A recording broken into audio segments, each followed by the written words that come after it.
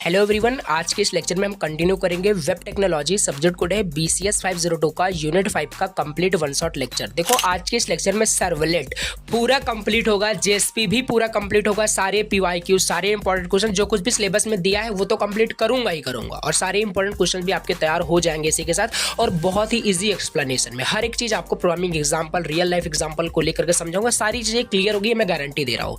Unit first, unit second, unit third अगर अभी तक आपने कंप्लीट नहीं किया तो डिस्क्रिप्शन बॉक्स में प्लेलिस्ट का लिंक दिया है, जाके आप इजी लैंग्वेज में आप समझ सकते हो कंसेप्ट को। चलिए अभी देखते हैं सर्वलेट एंड JSP है क्या। और स्टार्ट करने से पहले मैं आपको थोड़ा सा बता दूं, ये सर्वलेट और JSP जो है आपको भी पता है कि जावा का पार्ट है, और पहले आपके सिलेबस में जावा भी था, बट अभी इन्होंने जावा को रिमूव कर दिया है, बट उससे रिलेटेड जो कुछ पार्ट्स है वो अभी भी आपके सिलेबस में मेंशन किया है, और यही है आपका सर्वलेट एंड JSP। ये अभी मैं डिटेल में भी बताऊंगा, ये सर्वर साइड प्रोग्रामिंग में आपका यूज होता है सर्वलेट JSP, सब कुछ समझ में आएगा। ये ओवरव्यू मैं जस्ट आपको दे रहा था क्या है कैसे है। स्टार्ट करने से पहले छोटी सी रिक्वेस्ट है, फर्स्ट टाइम चैनल पे विजिट किया तो सब्सक्राइब करना और कमेंट करना हाँ लेक्चर आपको समझ में आए कि नहीं समझ में। और सारे नोट्स मैं व्हाट्सएप ग्रुप में और टेलीग्राम ग्रुप में शेयर कर देता हूँ, नहीं पता तो जाके आप डाउनलोड कर सकते हो। ठीक, चलिए अब सबसे पहले समझते हैं सर्वलेट होता क्या है, इसका ओवरव्यू लेते हैं। और भैया देखो, सर्वलेट को समझने से पहले, राइट, सर्वलेट को अच्छे से समझने के लिए आपको पहले पता होना चाहिए कि सॉफ्टवेयर टेक्नोलॉजी क्या होता है। यहाँ पे सिंपल सी बात है, सबसे पहले चलो देखते हैं सॉफ्टवेयर टेक्नोलॉजी कंसेप्ट मैं बताने आया हूँ। ठीक है, नोट्स आपके पास रहेगा, सारी चीजें आप समझ जाओगे।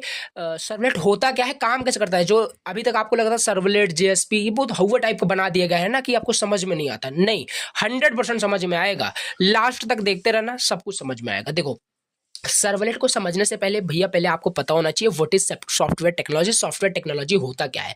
देखो software technology are non installable software होता है, but the software developed by the software technology are installable. Like आपका JSP, सर्वलेट, JDBC ये सब आपके सॉफ्टवेयर टेक्नोलॉजी होते हैं, राइट।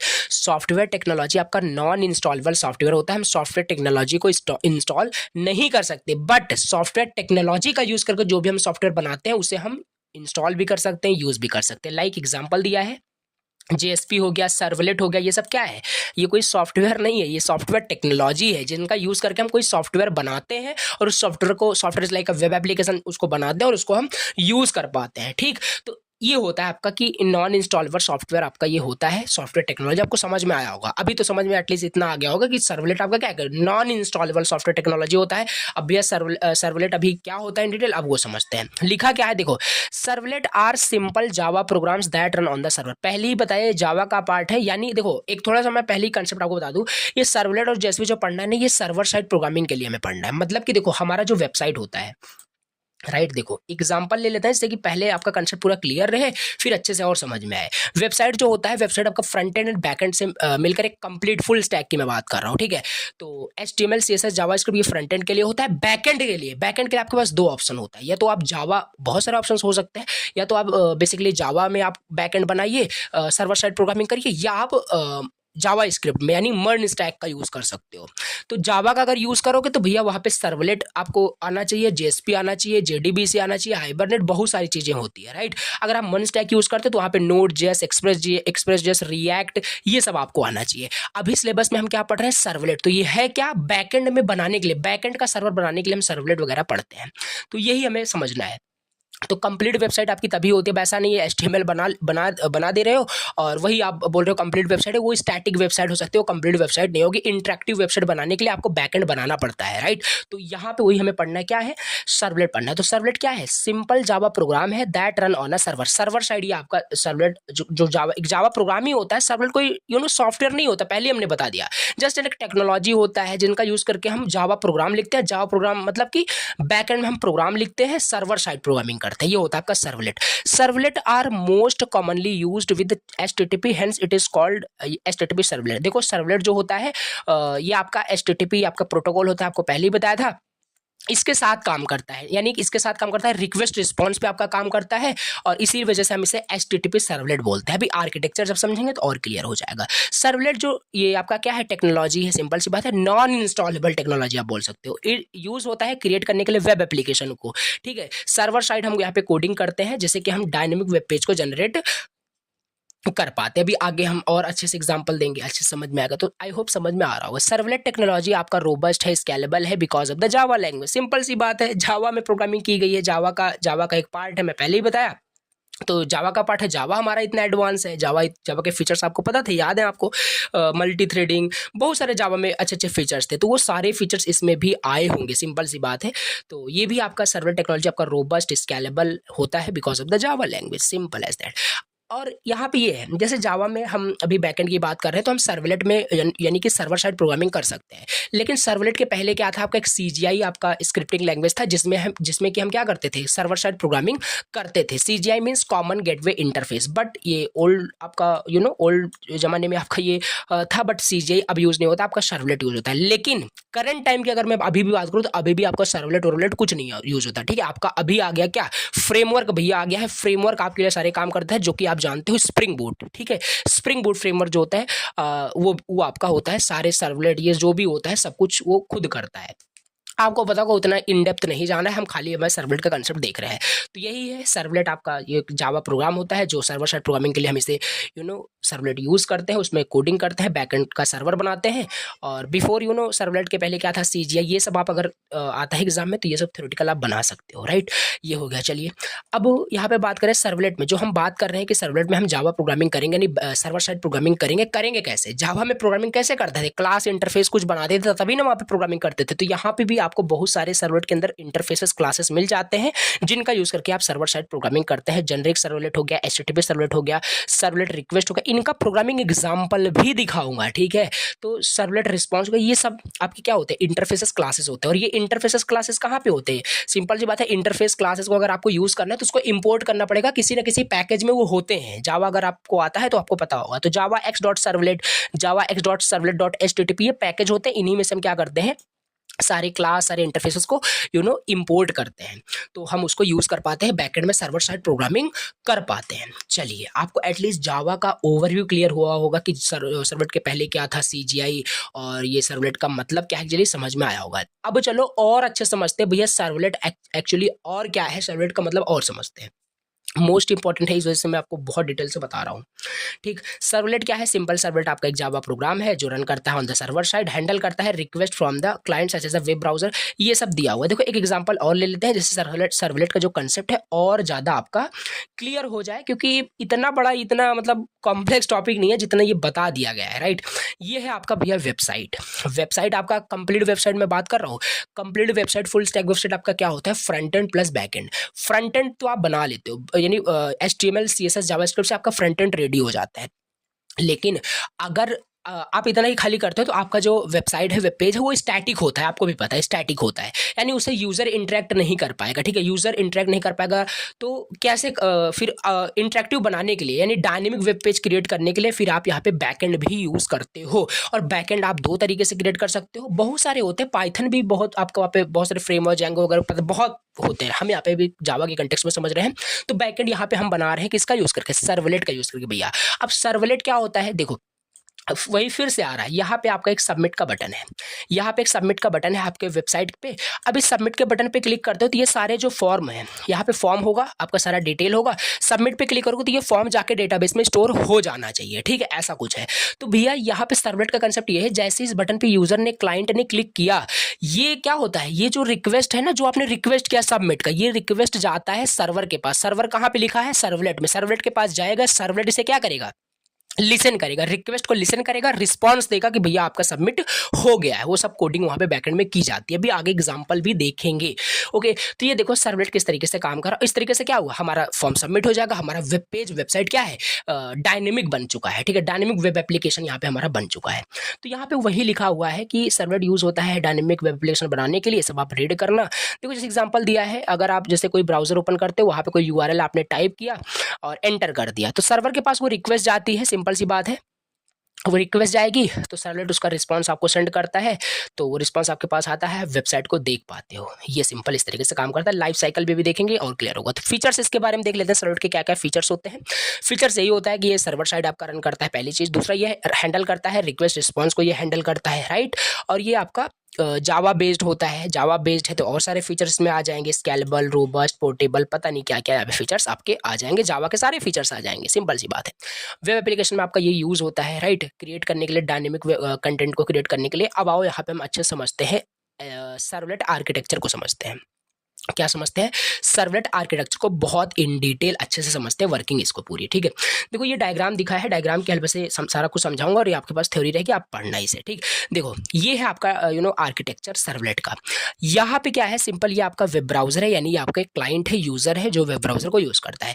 क्लाइंट क्या करेगा, यूजर क्या करेगा, HTTP रिक्वेस्ट सेंड करेगा। जैसे हम मान लेते हैं यहाँ पे है Google Chrome, Google Chrome is also browser, web browser. अब इसमें आपने क्या किया, कोई URL एंटर किया, एंटर करने के बाद अपने एंटर बटन को क्लिक कर दिया, सर्च बटन पे क्लिक कर दिया। भैया आपने वहां पे क्या किया, वेबसाइट का URL डाला। ये URL कहाँ स्टोर होता है भैया, ये वेब सर्वर पे होता है, ठीक है। आप जिस भी वेब पेज के लिए, जिस भी वेबसाइट के लिए आप रिक्वेस्ट करें, वो रिक्वेस्ट जाएगी पहले वेब सर्वर के पास। टाइप्स ऑफ सर्वर याद करो, बताया था काफी सारे सर्वर होते हैं। अब ऐसा नहीं आप वेबसाइट के लिए रिक्वेस्ट करें तो डेटाबेस से वहां पे आपका आएगा, डेटाबेस सर्वर के पास रिक्वेस्ट जाएगा, ऐसा नहीं। तो अलग अलग सबका काम है। तो वेब सर्वर के पास आपका HTTP रिक्वेस्ट गया। अब भैया देखो यहाँ पे क्या होता है, आपने मान लेते हैं आप जो जिस भी पेज के लिए आपने रिक्वेस्ट किया, वेबसाइट के लिए, अगर वो पेज आपका वेब सर्वर के पास है तो वेब सर्वर आपका तुरंत आपको रिस्पॉन्स दे देगा। यहाँ पे आपको रिस्पॉन्स मिल जाएगा, क्लाइंट को आपको दिखेगा। लेकिन आप कुछ ऐसे वेब पेज के लिए रिक्वेस्ट किए, आपने कुछ ऐसे वेब पेज के लिए रिक्वेस्ट किया जो वेब सर्वर में अवेलेबल नहीं है, तो यहाँ पे वो सर्वलेट के पास जाएगा। फिर सर्वलेट वो डेटाबेस से इंटरेक्ट करके फिर वहाँ से प्रिपेयर करेगा, फिर आपको वहाँ पे रिस्पॉन्स देता है। तो ऐसे इस वेब सर्वर से आपका इसमें नहीं समझ में आया, नहीं समझ में आया ना। देखो फिर से समझो, एग्जांपल लेता हूँ इंस्टाग्राम का, बहुत अच्छे समझ में आएगा। देखो एग्जांपल लेते हैं इंस्टाग्राम का, ठीक। इंस्टाग्राम यूज करते हो, समझ में आएगा। देखो ये है आपका भैया इंस्टाग्राम। इंस्टाग्राम में जब भी आप प्रोफाइल ओपन करते हो तो आपका प्रोफाइल वहाँ पे दिखता है। प्रोफाइल में आपको दिखता क्या क्या है, प्रोफाइल फोटो दिखता है, फॉलोअर्स के काउंट दिखते हैं, फॉलोइंग दिखते हैं, लाइक्स, जो कुछ भी दिखता है वहाँ पे दिखता है, ठीक है। तो अच्छा ये बताओ, इंस्टाग्राम जो यूज़ करते हैं, Instagram billions of user, millions of user वहाँ पे यूज़ करते हैं। क्या इंस्टाग्राम के बैकएंड में ऐसा कुछ किया गया है कि मतलब मिलियंस ऑफ यूजर्स का वहाँ पे अकाउंट ऐसे बनाया गया होगा, पेज बनाए गए होंगे, इतने पेज बनाए गए होंगे? बिल्कुल नहीं, इसका आंसर बिल्कुल भी नहीं है। मतलब ये है कि ऐसा नहीं किया गया है। डायनेमिक का कंसेप्ट यहाँ पे आया है। डायनेमिकली जो भी यूजर क्या है, हर एक यूजर का सिंपल सी बात है, यहाँ पे फॉलोअर का आपका काउंट दिख रहा है, ये फॉलोअर का काउंट आपके डेटाबेस में स्टोर है, सिंपल सी बात है, ठीक। तो होता क्या है, आप जब रिक्वेस्ट करते हो अपने प्रोफाइल को व्यू करने के लिए, तो ये रिक्वेस्ट जाती है वेब सर्वर के पास, राइट। वेब सर्वर पे ये तो आपका मिलेगा नहीं, फिर वो क्या करता है, अब जिसमें भी वो कोडिंग की गई, मैं ये नहीं बता रहा हूँ कि आपका इंस्टाग्राम सर्वलेट पे बेस्ड है, अलग अलग हो सकते हैं। तो सर्वलेट का कंसेप्ट समझते हैं। तो वो सर्वलेट के पास रिक्वेस्ट जाता है, सर्वलेट क्या करेगा, डेटाबेस से आपका सारा इंफॉर्मेशन लेगा, फॉलोअर फॉलोइंग सब लेगा। लेने के बाद फिर वहीं पे वो क्या करेगा, डायनेमिकली वेब पेज क्रिएट करके आपके फिर वेब सर्वर के पास आता है, वेब सर्वर के फिर आपके पास आ जाता है। ये कुछ इस तरह से रिस्पॉन्स काम करता है डायनेमिकली। देखो वेब पेज कैसे क्रिएट यहाँ पे हो रहा है, ऐसा नहीं कि वहाँ पे मिलियंस ऑफ यूजर यूज करें तो मिलियंस ऑफ यूजर का वहाँ पे इंडिविजुअल पेज बनाया गया है, नहीं, ऐसा नहीं हो रहा है। तो कंसेप्ट यहाँ पे बैकएंड में देखो इसी तरीके से यूज हो रहा है। तो यहाँ पे अब थोड़ा बहुत आपको यहाँ पे समझ में आएगा। यहाँ पे वेब ब्राउजर में आप एग्जांपल ले सकते हो इंस्टाग्राम वाला, या कोई भी आप ले सकते हो, राइट। आपने यहाँ पे रिक्वेस्ट सेंड किया, रिक्वेस्ट अगर आप सेंड आप किए, आपको वेब सर्वर, अगर वो आपका जो पेज है, जिस भी पेज के लिए आप रिक्वेस्ट कर रहे हो, अगर वो वेब सर्वर पे है, राइट, तो वहां से आपको रिस्पांस तुरंत मिल जाएगा, नो प्रॉब्लम। बट आप ऐसे कुछ पेज के लिए आपने रिक्वेस्ट किया कि भैया वो आपके वेब सर्वर पे बना बनाया नहीं रखा हुआ है, बना बनाया नहीं रखा हुआ है, तो वो सर्वलेट फिर मतलब वो क्या, वो रिक्वेस्ट आपका, देखो एज अ रिक्वेस्ट आपका स्टेप रिक्वेस्ट सर्वलेट के पास चला जाता है। ये भी आपका बैकएंड में सर्वर साइड प्रोग्रामिंग मैंने आपको पहले बताया। तो सर्वलेट क्या करेगा, जिस भी पेज के लिए आप रिडायरेक्ट कर रहे थे, वो आपका डेटा फेच करेगा, डेटाबेस से सारा कुछ फेच करेगा। फेच करने के बाद यहीं पे डायनेमिक पेज आपका क्रिएट होगा, रिस्पॉन्स सेंड करेगा और रिस्पॉन्स आपको दिख जाता है। इतना वर्किंग क्लियर है कि नहीं, आर्किटेक्चर समझ में आया कि नहीं? ठीक है, इसको वही लिखा हुआ है यहाँ पे। देखो वेब ब्राउजर की मैं बात कर रहा हूँ, यूजर इंटरेक्ट करता है with web browser like Chrome, ये सारी चीजें ठीक है। यूजर सेंड करेगा एक रिक्वेस्ट को टू अ वेब एप्लीकेशन, कुछ URL आपने मान लो एंटर किया और आपने HTTP रिक्वेस्ट आपने सेंड किया, राइट। अब ये रिक्वेस्ट जाती है आपके वेब सर्वर के पास, वेब सर्वर के पास ये आपका सिंपल जाएगा और उसके बाद आपका देखो यहाँ पे लिखा है web server receives an HTTP request from the web browser, it is responsible for handling the request for passing it to the appropriate servlet, right. यहाँ पे अगर कोई जिस भी पेज के लिए आप, वही एग्जांपल सिंपल है कि जो भी पेज के लिए आप रिक्वेस्ट कर रहे हो, अगर वो अवेलेबल है तो वो आपको रिस्पांस मिलेगा, अदरवाइज फिर ये अप्रोप्रिएट सर्वलेट के पास रिक्वेस्ट भेजता है, वहां से वो प्रिपेयर होगा डायनेमिकली, आपके पास यहाँ पे आएगा, ये नोट्स आपके पास रहेगा, आप रीड आउट करोगे। कंसेप्ट मैंने बताया एकदम उसी तरीके से यहाँ पे इजी लैंग्वेज में लिखा हुआ है। ये देखो डेटाबेस से क्या करेगा, इस डेटाबेस आपका सारे जो भी यूजर के डिटेल्स, यानी आपके सारे डिटेल्स वहाँ पे इंस्टाग्राम की जो भी आपकी इन्फॉर्मेशन आपके है, पोस्ट का लाइक क्या है, ठीक है, तो ये सब आपका क्या है, ये सब डेटाबेस में स्टोर है, ठीक है। तो ये है वही से फेच करेगा, डायनेमिकली पेज क्रिएट होता है। दैट्स हाउ कि कैसे ये आपका देखो सर्वलेट आर्किटेक्चर काम कर रहा है, राइट। तो इस तरीके से आपको यहाँ पे एचटीटीपी में रिस्पॉन्स रिक्वेस्ट कैसे काम कर रहा है, अब इसका और डिटेल भी आगे हम देखेंगे। तो इस तरीके से आपको समझ में आया कि नहीं आर्किटेक्चर, बिल्कुल आपको समझ में आ गया होगा। चलिए अब थोड़ा सा वर्किंग समझ लेते हैं। आर्किटेक्चर एंड वर्किंग दोनों सेम है, ऐसा नहीं कि दोनों अलग अलग है, अब दोनों सेम ही है। अब लिखना कैसे आपको एग्जाम में, ये आपको बिल्कुल आता है। अब वर्किंग समझ लेते हैं। ये डायग्राम देख लो, इस डायग्राम से और अच्छे से क्लियर आपका 100% हो जाएगा, जो भी सर्वलेट बचा है आपका सब कुछ क्लियर हो जाएगा। ठीक, देखो यहाँ हो आप, यानी क्लाइंट ने मान लेते हैं किसी पेज के लिए, कुछ भी आप एग्जांपल ले सकते हो, उसने रिक्वेस्ट किया, राइट। रिक्वेस्ट जाएगी दूसरे नंबर पे, देखो बना है, बहुत अच्छा डायग्राम है। फिर यहाँ पे वेब सर्वर के पास रिक्वेस्ट जाएगी, वेब सर्वर के पास रिक्वेस्ट गई, ठीक। वेब सर्वर क्या करेगा, इसे सर्वलेट में फाइंड करेगा। जिस भी पेज के लिए भी आप रिक्वेस्ट कर रहे हो वो आपका सर्वलेट में, मतलब वो होना चाहिए, मतलब उसकी जैसे देखो हम मान लेते हैं, देखो देखो देखो एक एग्जाम्पल लेते हैं, शायद यहाँ पे मैं नीचे लिखा हूँ कि नहीं, एक सेकेंड, ओके नहीं है। देखो जैसे मैं बात कर रहा हूँ, जैसे कोई भी वेबसाइट ले सकते हो यार, कोई भी वेबसाइट ले सकते हो, ठीक है। एग्जाम्पल.com स्लैश में बात कर रहा हूँ, आप इसके कॉन्टैक्ट पेज पे जाना चाहते हो। देखो थोड़ा रिलेट करना, आई होप कि आपको समझ में आए, आप पहले जान रहे हो सारी चीज़ें। तो कॉन्टैक्ट का हम एक पेज हम ढूंढना चाहते हैं, यहाँ पे कुछ वेबसाइट है स्लैश कॉन्टैक्ट पेज, भैया हम इस पेज को एक्सेस करना चाहते हैं, राइट। कॉन्टैक्ट पेज को हम एक्सेस करना चाहते हैं। ये क्लाइंट ने रिक्वेस्ट किया, ये गया वेब सर्वर के पास, ठीक है। अब वेब सर्वर से क्या होगा, ये सर्वलेट जहाँ पे सारी कोडिंग की गई है, सर्वर साइड कोडिंग की गई है, जहाँ पे सारे रिक्वेस्ट को लिसन किया जाता है। लिसन क्या, अब यहीं पे आपका ये लिखा होगा कोड, ठीक है। ऐसे आपका ये हैंडल किया हो गया होगा और रिस्पॉन्स सेंड किया गया होगा, ठीक। तो यहाँ पे क्या होगा, तो यहाँ पे जैसे किसी भी पेज के लिए इंस्टाग्राम का एग्जांपल, इसलिए उसने रिक्वेस्ट किया, वो सर्वलेट के पास आपका रिक्वेस्ट जाएगा और ये क्या करेगा, सिंपल एक बिल्ड करेगा वेब पेज आपका, डायनेमिकली वेब पेज आपका ये बिल्ड करेगा। जैसे डेटाबेस का एग्जांपल हमने लिया था, तुरंत फिर आपका ये डिस्प्ले हो जाएगा आपके वेब ब्राउजर पे। देखो इस तरीके से कुछ इसका वर्किंग होता है, काम इस तरीके से आपका करता है। सर्वलेट का यहाँ पे कंसेप्ट क्या आ रहा है, बस यही आ रहा है कि सर्वर साइड प्रोग्रामिंग सर्वलेट में की गई है और रिक्वेस्ट रिस्पॉन्स को हैंडल कर रहा है और बिल्ड कर रहा है, डायनेमिक वेब पेज बिल्ड कर रहा है और सेंड कर रहा है टू द क्लाइंट के पास। ओके, तो ये है आपका सर्वलेट किस तरीके से काम करता है।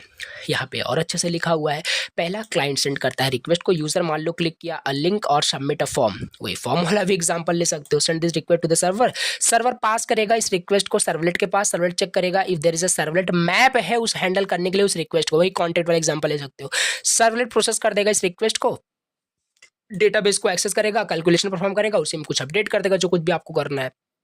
This is how servlet works like, ठीक है।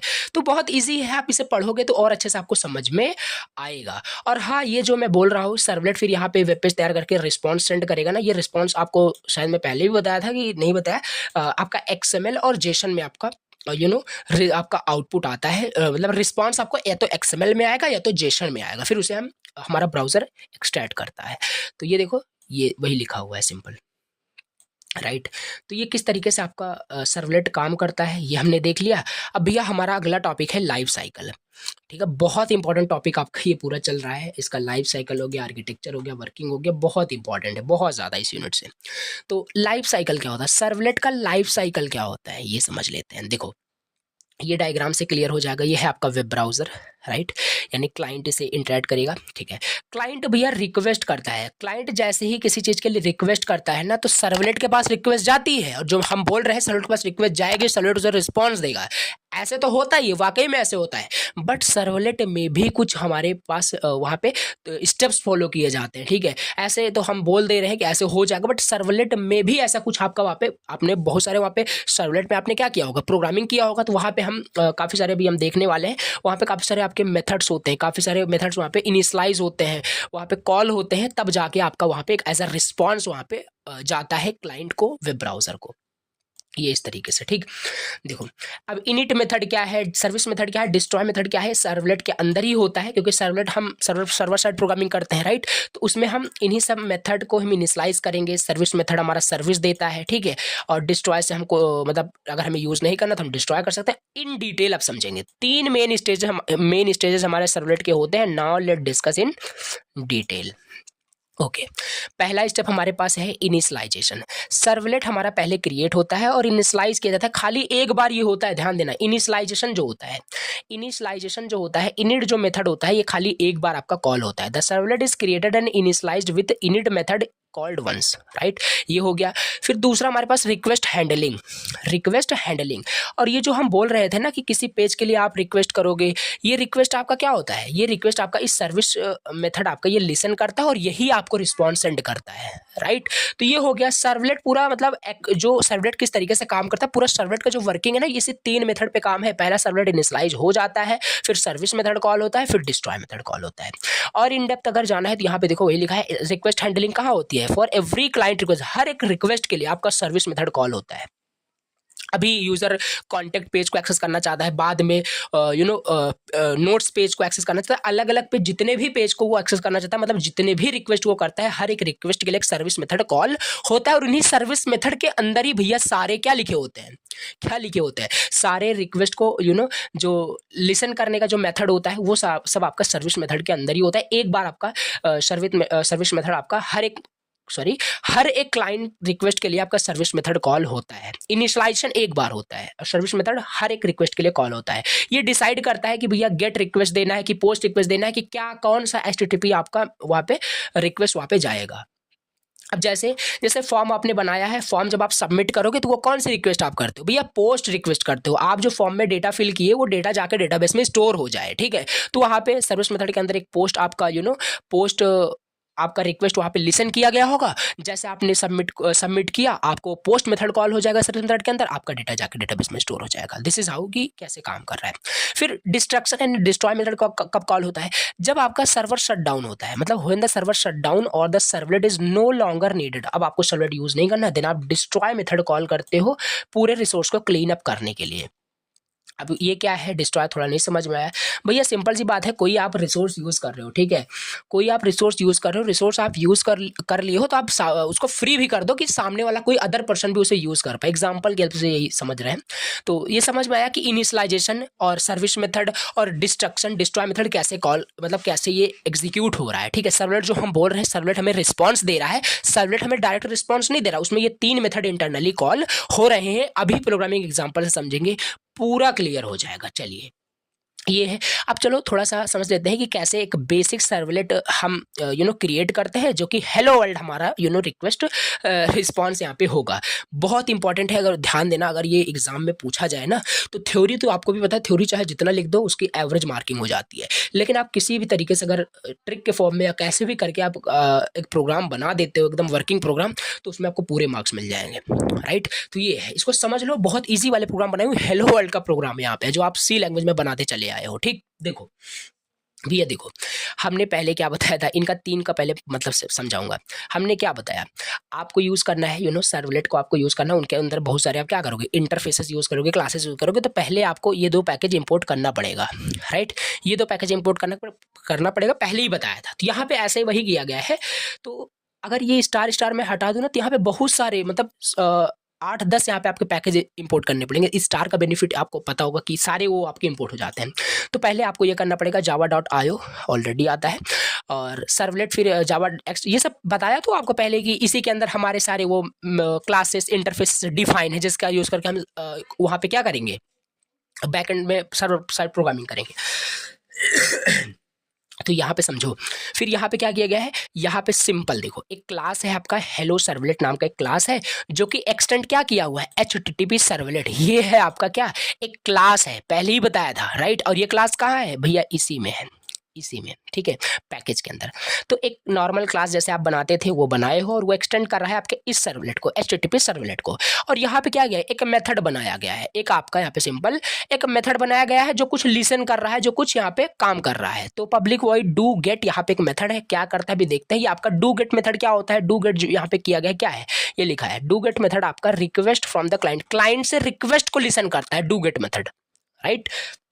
तो बहुत बेसिक वाला एग्जांपल लिखा हूं। तो पब्लिक वॉइड डू गेट हो गया, फिर इसके बाद HTTP servlet request then request object बना दिया गया है। ये आपका क्या है, ये भी आपका एक क्लास है, आपको ये भी लिखना पड़ेगा, ठीक है। तो HTTP servlet request then request किया, फिर HTTP servlet response then response, और ये थ्रो कर रहा है servlet exception and IO exception. ये लाइन अगर आप चाहो तो रट भी सकते हो, मैं एग्जांपल इसलिए बता रहा हूँ क्योंकि अगर एग्जांपल आप लिख देते हो ना तो पूरा क्लियर हो जाएगा, पूरे मार्क्स मिलते हैं। तो ये हमने किया मेथड, इसका समझ में आया होगा कि डू गेट क्या है, गेट रिक्वेस्ट वहाँ पे अब इसे लिसन करेगा, क्लाइंट से क्या रिक्वेस्ट आ रहा है, गेट रिक्वेस्ट को ये हैंडल करेगा आपका ये मेथड। इसके अंदर देखो क्या लिखा है, इसके अंदर simple set response content type, मतलब जो रिस्पॉन्स जाएगा वो किस फॉर्मेट में जाएगा। मतलब ब्राउजर में जब रिक्वेस्ट जाता है तो काफ़ी सारे फॉर्म में आप ले सकते हो रिस्पॉन्स को, या तो आप जेसन में लो, या XML में लो, या आप प्लेन टेक्स्ट HTML में लो।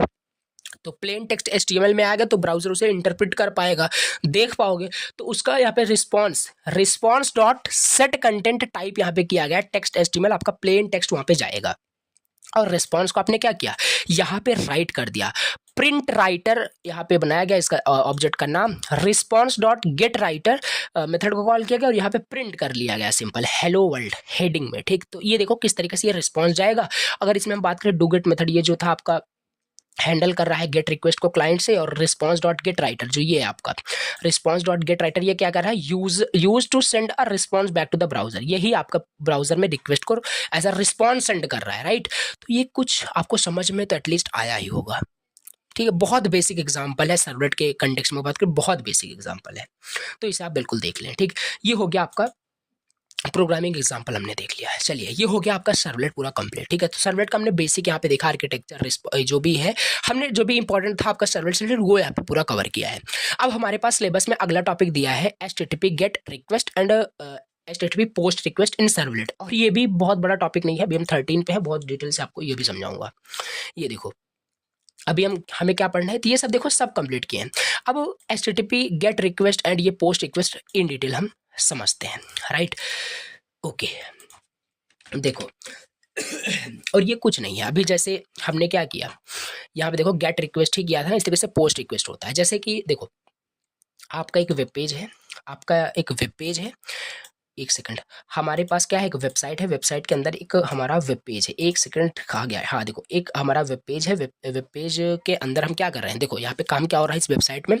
सिंपल हमारे पास एक जैसे एक एग्जांपल आई होप मैं आपको दिया था, ठीक है, कि वेदर डिटेल्स करके ऐसा कुछ। तो देखो यहाँ पे जैसे आप इस पे फाइंड बटन पे क्लिक करते हो तो यहाँ पे कुछ इन्फॉर्मेशन आती है, ठीक है। तो ये गेट रिक्वेस्ट होता है, मतलब डेटाबेस से कुछ डेटा अगर आप अपने अपने साइड वेब ब्राउजर पे देखना चाहते हो तो उसे हम गेट रिक्वेस्ट बोलते हैं। मतलब डेटाबेस से, जैसे यार सिंपल सी बात है, हमने कुछ वेबसाइट ऐसे बनाया है वेदर के बारे में, यूनिट 3 में बहुत डिटेल से बताया था, वही कंसेप्ट फिर आ गया। तो हम जैसे फाइंड, यहाँ पे आपका बटन है फाइंड वेदर डिटेल, इस पर क्लिक करूंगा तो यहाँ पे हमें वेदर की इन्फॉर्मेशन दिख जाती है। अब ये वेदर की इन्फॉर्मेशन कहाँ स्टोर होगी, डेटाबेस में स्टोर होगी। जैसे आप इस फाइंड बटन पे क्लिक करते हो तो आपका करंट लोकेशन का जो भी वेदर का इन्फॉर्मेशन होता है वो सर्वर के पास जाता है। सर्वर आपको मैं पहले ही बताया था, यूनिट 3 में ही आपका ओपन वेदर मैप API होता है, वो जाता है बैकएंड के पास, सर्वर के पास जाता है, वहाँ से डेटाबेस से डेटा उठा के आपके पास लाता है, फिर आप उसे डिस्प्ले कर पाते हो। तो ये जो रिक्वेस्ट आपने किया, गेट रिक्वेस्ट किया, ठीक है, gate request. Okay post request देख लेते हैं। सिंपल आपका वेब पेज है और पोस्ट रिक्वेस्ट बिल्कुल आपको सिंपल पहले भी आ रहा होगा, अभी भी आता है। देखो सिंपल सी बात है कि गूगल फॉर्म आपको मिलता है, फिल करते हो, सबमिट कर देते हो, वो डेटा चला जाता है, इसको हम बोलते हैं पोस्ट रिक्वेस्ट। आपने वेब पेज बनाया, स्टूडेंट रजिस्ट्रेशन का एक वेब पेज बनाया, फॉर्म बनाया, आप सब कुछ उसमें फ्रंट एंड बैक एंड सब किए हो, उस पर कोई रजिस्टर कर रहा है, आपने उसका डिटेल डेटाबेस में पोस्ट कर दिया, this is called post request, ठीक है। अब इन्हीं दो रिक्वेस्ट को ये अपने आप नहीं हो जाएगा, गेट अपने आप हो जाएगा पोस्ट। इनकी कोडिंग कहाँ की गई होगी? सर्वलेट के अंदर। Servlet is used for a server side programming, पहले से बताता आ रहा हूँ। तो यहाँ पे वही लिखा है इस सर्वलेट में HTTP get and HTTP post दो कॉमन मेथड्स होते हैं सेंड करने के लिए रिक्वेस्ट को from a client like a web browser to a server. अब इसे थोड़ा सा इजी एग्जाम्पल से समझेंगे और अच्छे से, ठीक। तो सर्वलेट के अंदर यही आपका देखो किस तरीके से आपके ये दो कॉमन मेथड्स हैं सेंड करने के लिए रिस्पॉन्स को, गेट रिक्वेस्ट या पोस्ट रिक्वेस्ट। ओके पहला हमारे पास है HTTP gate request. HTTP gate request क्यों यूज होता है भैया? गेट करने के लिए, कोई डेटा को फेच करने के लिए, रिट्रीव करने के लिए फ्रॉम द सर्वर या फ्रॉम द डेटाबेस। सर तो ये हो गया। कैरेक्टरिस्टिक्स क्या है? रिक्वेस्टेड, जैसे देखो लिखा है the request data is appended to the URL। हाँ भैया ये इंपॉर्टेंट चीज है। देखो गेट रिक्वेस्ट पोस्ट रिक्वेस्ट दोनों में अगर हम बेस्ट की बात करें, दोनों में बेस्ट आपका पोस्ट होता है, ये सिक्योर भी होता है, अभी प्रूव करेंगे इसे। देखो जब आप गेट रिक्वेस्ट करते हो, कभी करके प्रैक्टिकल आप भी देख सकते हो, गेट रिक्वेस्ट जब भी आप करोगे ना तो आपका जो डेटा होता है वो यूआरएल में दिखता है, राइट। हमने क्या किया, www.example.com ये है। अब जैसे आप क्या करोगे, यहाँ पे देखो अपना नेम आपने फिल किया और आपका एज ही है, तो ये आपका डिटेल यहाँ पे दिखेगा। जैसे एक फॉर्म बनाया गया है, राइट, आ जाओ देखो एक फॉर्म बनाया गया है, एक यहाँ पे फील्ड आपका है नेम का फील्ड है, एक यहाँ पे फील्ड है एज का फील्ड है। नेम एंड एज का फील्ड यहाँ पे है और यहाँ पे सबमिट का बटन है, एक फॉर्म है, ठीक है, एक फॉर्म है। अब इस फॉर्म में नेम फिल करो, एज फिल करो, सबमिट पे क्लिक कर दो। अगर बैकएंड में ये फॉर्म अगर गेट रिक्वेस्ट को एक्सेप्ट कर रहा होगा तो भैया गेट जैसे ही करोगे, जैसे सबमिट करोगे तो यूआरएल में आपको कभी आप नोटिस करोगे तो यूआरएल में बहुत सारी इन्फॉर्मेशन दिखती है। तो वहाँ पे आपका सारा डिटेल जो भी फिल किए होगे वो सारा डिटेल, यानी कि यहाँ पे पासवर्ड भी हो सकता है, ठीक है। मान लो पासवर्ड आपने यहाँ पे एंटर किया तो पासवर्ड भी भैया यूआरएल में जाएगा। यही है कि आपका ये क्या है, सिक्योर नहीं है। गेट रिक्वेस्ट आपका ये सिक्योर नहीं होता है। गेट रिक्वेस्ट आपका सिक्योर नहीं, क्योंकि ये सारी चीज़ें आपका विजिबल होता है यूआरएल में। सारे क्वेरी स्ट्रिंग की बात करें, सारे पैरामीटर्स की बात करें, सारा विजिबल होता है कहाँ, यूआरएल के अंदर। सो ये लिमिटेशन यही है। और कुछ लिमिटेशंस भी होती हैं कि कुछ अमाउंट ऑफ डेटा वो आपके यूआरएल में कुछ इतने दिख सकते हैं, ठीक है। तो ये भी एक लिमिटेशन हो जाएगी गेट रिक्वेस्ट की। बट ठीक है, एग्जाम्पल चलो इसको ले लेते हैं, फिर पोस्ट से इसको कंपेयर भी करेंगे। तो एग्जाम्पल थोड़ा सा देख लेते हैं। देखो मैं प्रोग्रामिंग एग्जाम्पल इसमें बहुत इसलिए रखा हूँ क्योंकि देखो थ्योरेटिकल तो समझ में आपको आ ही रहा होगा, ठीक है। तो अगर आप प्रोग्राम भी अच्छे से समझ लेते हो, तैयार कर लेते हो ना, तो बेटर तरीके से आप कर पाओगे, पूरे मार्क्स आपको मिलेंगे। और इसमें प्रोग्राम में ऐसा कुछ है नहीं कि बहुत बड़ा टाइप का है, आप तैयार नहीं कर पाओगे, बहुत ईजी है। आप जावा आपको ऑलरेडी आती है ना, वही आपका है। देखो देखो देखो देखो, ठीक है, सिंपल सी बात है। एग्जाम्पल यहाँ पे दिया है कि कैसे हम हैंडल करते हैं गेट रिक्वेस्ट को। क्लाइंट ने कुछ रिक्वेस्ट किया, क्लाइंट ने सबमिट किया या कुछ भी किया, उस रिक्वेस्ट को हम कैसे यहाँ पे हैंडल करेंगे सर्वलेट में। देखो हर एक लाइन समझाऊंगा आपको, इतना का मतलब आपको मुझे नहीं लगता बताना पड़ेगा। java.io.star भी कर सकते हो, सब कुछ वहाँ पे आ जाएगा। तो ये जो इतना यहाँ पे लिखा है ना, एक भी यहाँ पे याद मत करना, मैं बता दूँ क्या करना है। javax.servlet करना, .star कर देना, सब हट जाएगा आपका। ये समझ में आ ही रहा होगा क्यों हट जाएगा, क्योंकि स्टार से आपने सब कुछ इंपोर्ट कर लिया। javax ऐसा मत करना कि javax.star कर दो, ये गलत होगा। javax.servlet करना, .star करना, तो फिर ये सब रिप्लेस हो जाएंगे, कोई मतलब नहीं होगा लिखने का, ठीक। इतना हो गया, राइट। ये क्यों किया हमने, क्योंकि भैया सर्वलेट में आप प्रोग्रामिंग करने जा रहे हो तो इंटरफेसेस क्लासेस यूज होंगे जो कि इन्हीं के अंदर आपके हैं, ठीक है। तो ये हो गया। जैसे आप यहाँ गेट रिक्वेस्ट हैंडल करने जा रहे हो तो गेट रिक्वेस्ट देखो इस पैकेज के अंदर है, लेकिन आप स्टार कर दोगे तो ये सब तो अपने आप आ ही जाएगा, ठीक। अब यहाँ पे क्या किया गया है, इस लाइन में देख लेते हैं, यहाँ से यहाँ तक क्या किया गया है। यहाँ पे देखो आपको एनोटेट करना पड़ेगा। इसी तरीके से यहाँ पे थोड़ी बहुत हम यहाँ पे बैकएंड में कोडिंग देख रहे हैं कि इसी तरीके से सर्वर साइड प्रोग्रामिंग वाकई में की गई है और की जाती है, राइट। इसी तरीके से जैसे भैया वहाँ पे हम बोलते थे कि ये आपका कोई वेबसाइट है और यहाँ पे हम मान लेते हैं हमें कॉन्टेक्ट पेज को एक्सेस करना है, राइट।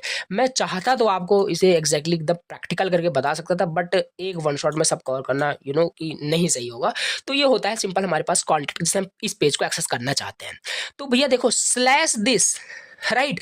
तो ये ऐसे एग्जैक्टली आपका लिखा गया होगा बैकएंड में, ठीक है, कि भैया जैसे /contact लिख के आए, मतलब इस पे रिक्वेस्ट आए तो ये सब कुछ हो जाना चाहिए अंदर। इसमें देखो सारा कोडिंग की गई है, लेकिन इस केस में कॉन्टेक्ट नहीं है, इस केस में क्या है, इस केस में आपका ग्रीट है। जैसे कोई ग्रीट पेज को एक्सेस करना चाहता है तो इसे एनोटेट इसी से करते हैं, वेब सर्वलेट दिस।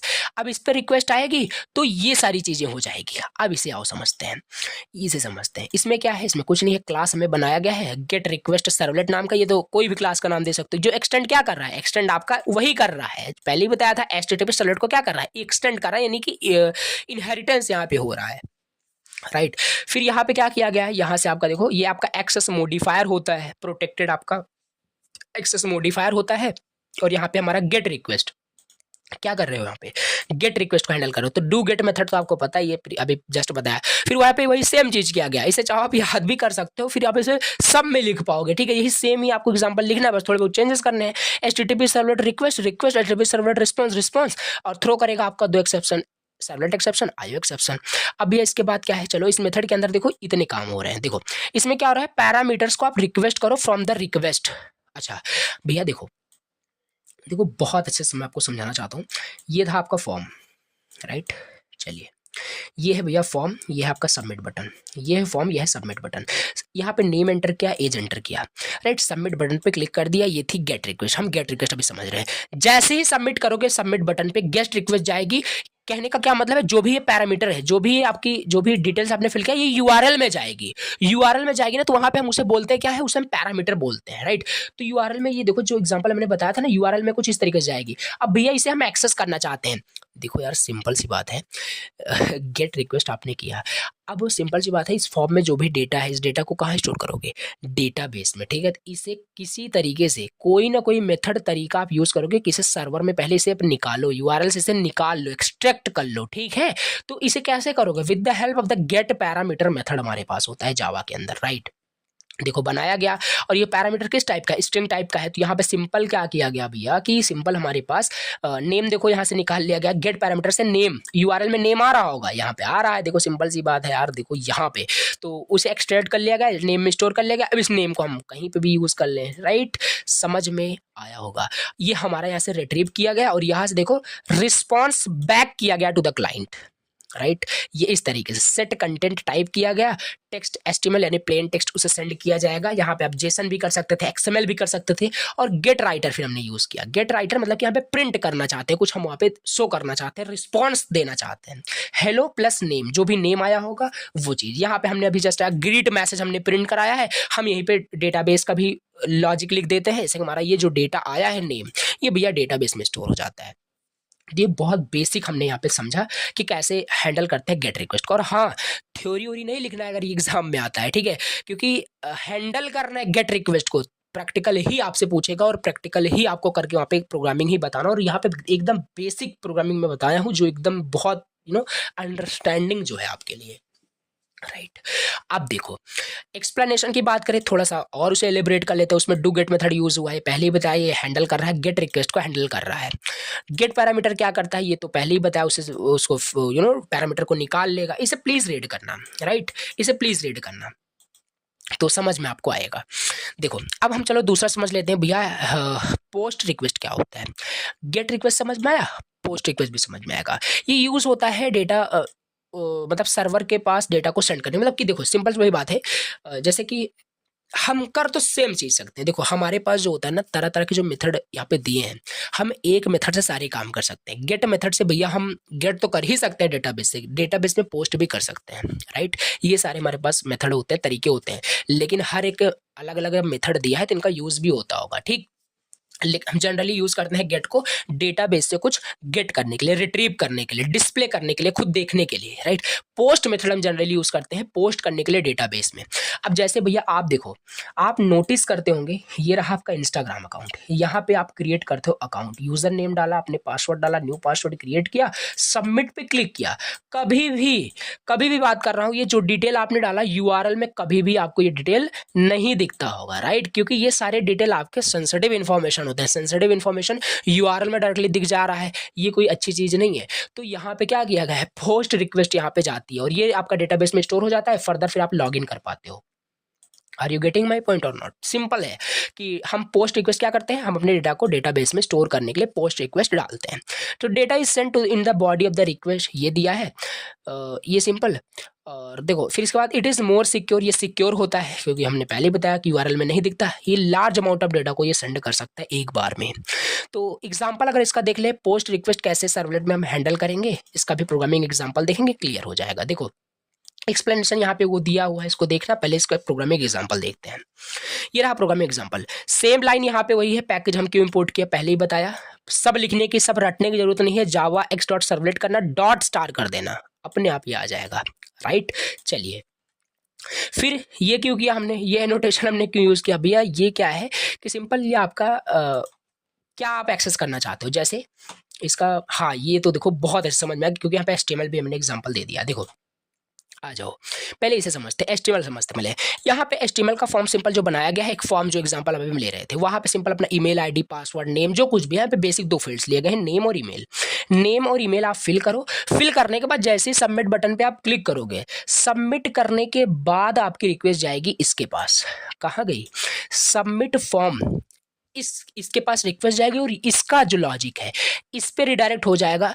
और मेथड कौन सा है, पोस्ट मेथड है, यानी ये जो डेटा है आपका ये इस पे एक्शन पे जाएगा, इस यूआरएल पे जाएगा और डेटा आपका रिक्वेस्ट क्या है, पोस्ट, मतलब आपका रिक्वेस्ट मतलब यूजर्स की तरफ से पोस्ट रिक्वेस्ट जा रहा है, तो भैया पोस्ट रिक्वेस्ट ही इसको हैंडल कर रहा होगा, ऐसा नहीं कि अब गेट मेथड इसे हैंडल कर रहा होगा, पोस्ट रिक्वेस्ट जा रही है तो पोस्ट रिक्वेस्ट हैंडल भी कर रहा होगा। देखो सबमिट फॉर्म, अब ऊपर देखो यहाँ पे इसकी बैकएंड में कोडिंग कुछ इस तरीके से की गई होगी, यहाँ पे वही देखो सबमिट फॉर्म पे रिक्वेस्ट आएगी और वो पोस्ट रिक्वेस्ट होगी, तो देखो पब्लिक क्लास का नाम कुछ भी दो, कोई मतलब नहीं, पोस्ट रिक्वेस्ट वही सेम चीज किया गया, इसलिए बता रहा था, इसे अगर आप याद भी कर लेते हो ना तो बहुत बेनिफिट होगा आपके लिए। ये देखो सेम चीज किया गया, एक्सटेंड किया गया, एक्सेप्शन वगैरह सारी चीजें, यहाँ पे है हमारा मेन काम।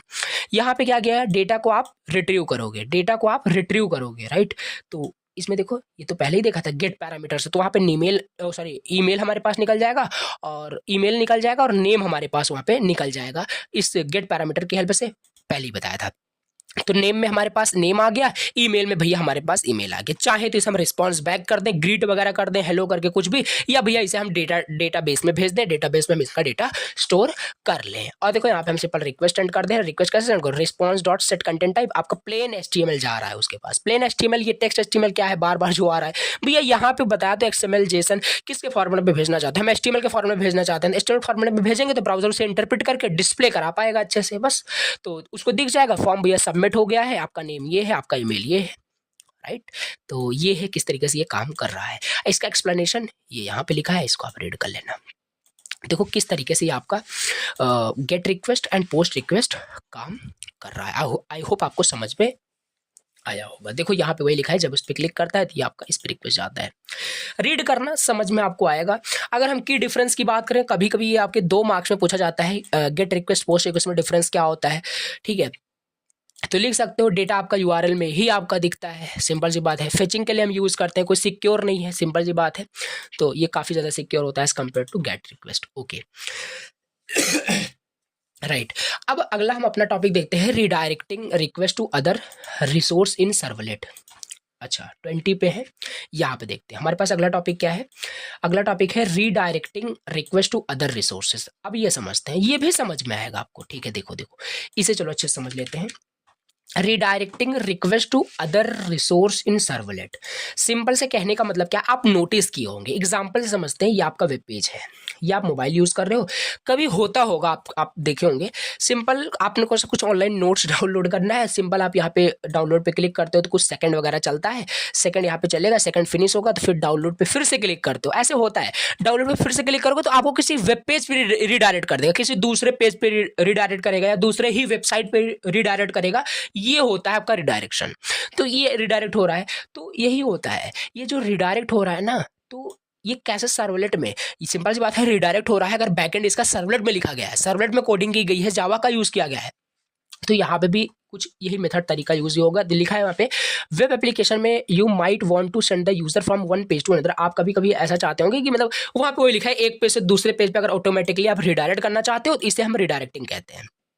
तो सर्वलेट में 2 टाइप्स के हमारे पास तरीके हैं रिडायरेक्ट करने के लिए, रिक्वेस्ट को दूसरे रिसोर्स पे, राइट। रिसोर्सेज मतलब कि दूसरे पेज पे करना चाहो, ये दूसरे पूरे सर्वर साइड को ही फॉरवर्ड करना चाहते हो। अभी देखेंगे, पहला है हमारे पास क्लाइंट साइड, दूसरा है सर्वर साइड। दो ही टाइप की हमारे पास यहाँ पे रिडायरेक्टिंग होगी, या तो भैया क्लाइंट साइड हम रिडायरेक्ट करेंगे या तो सर्वर साइड हम रिडायरेक्ट करेंगे।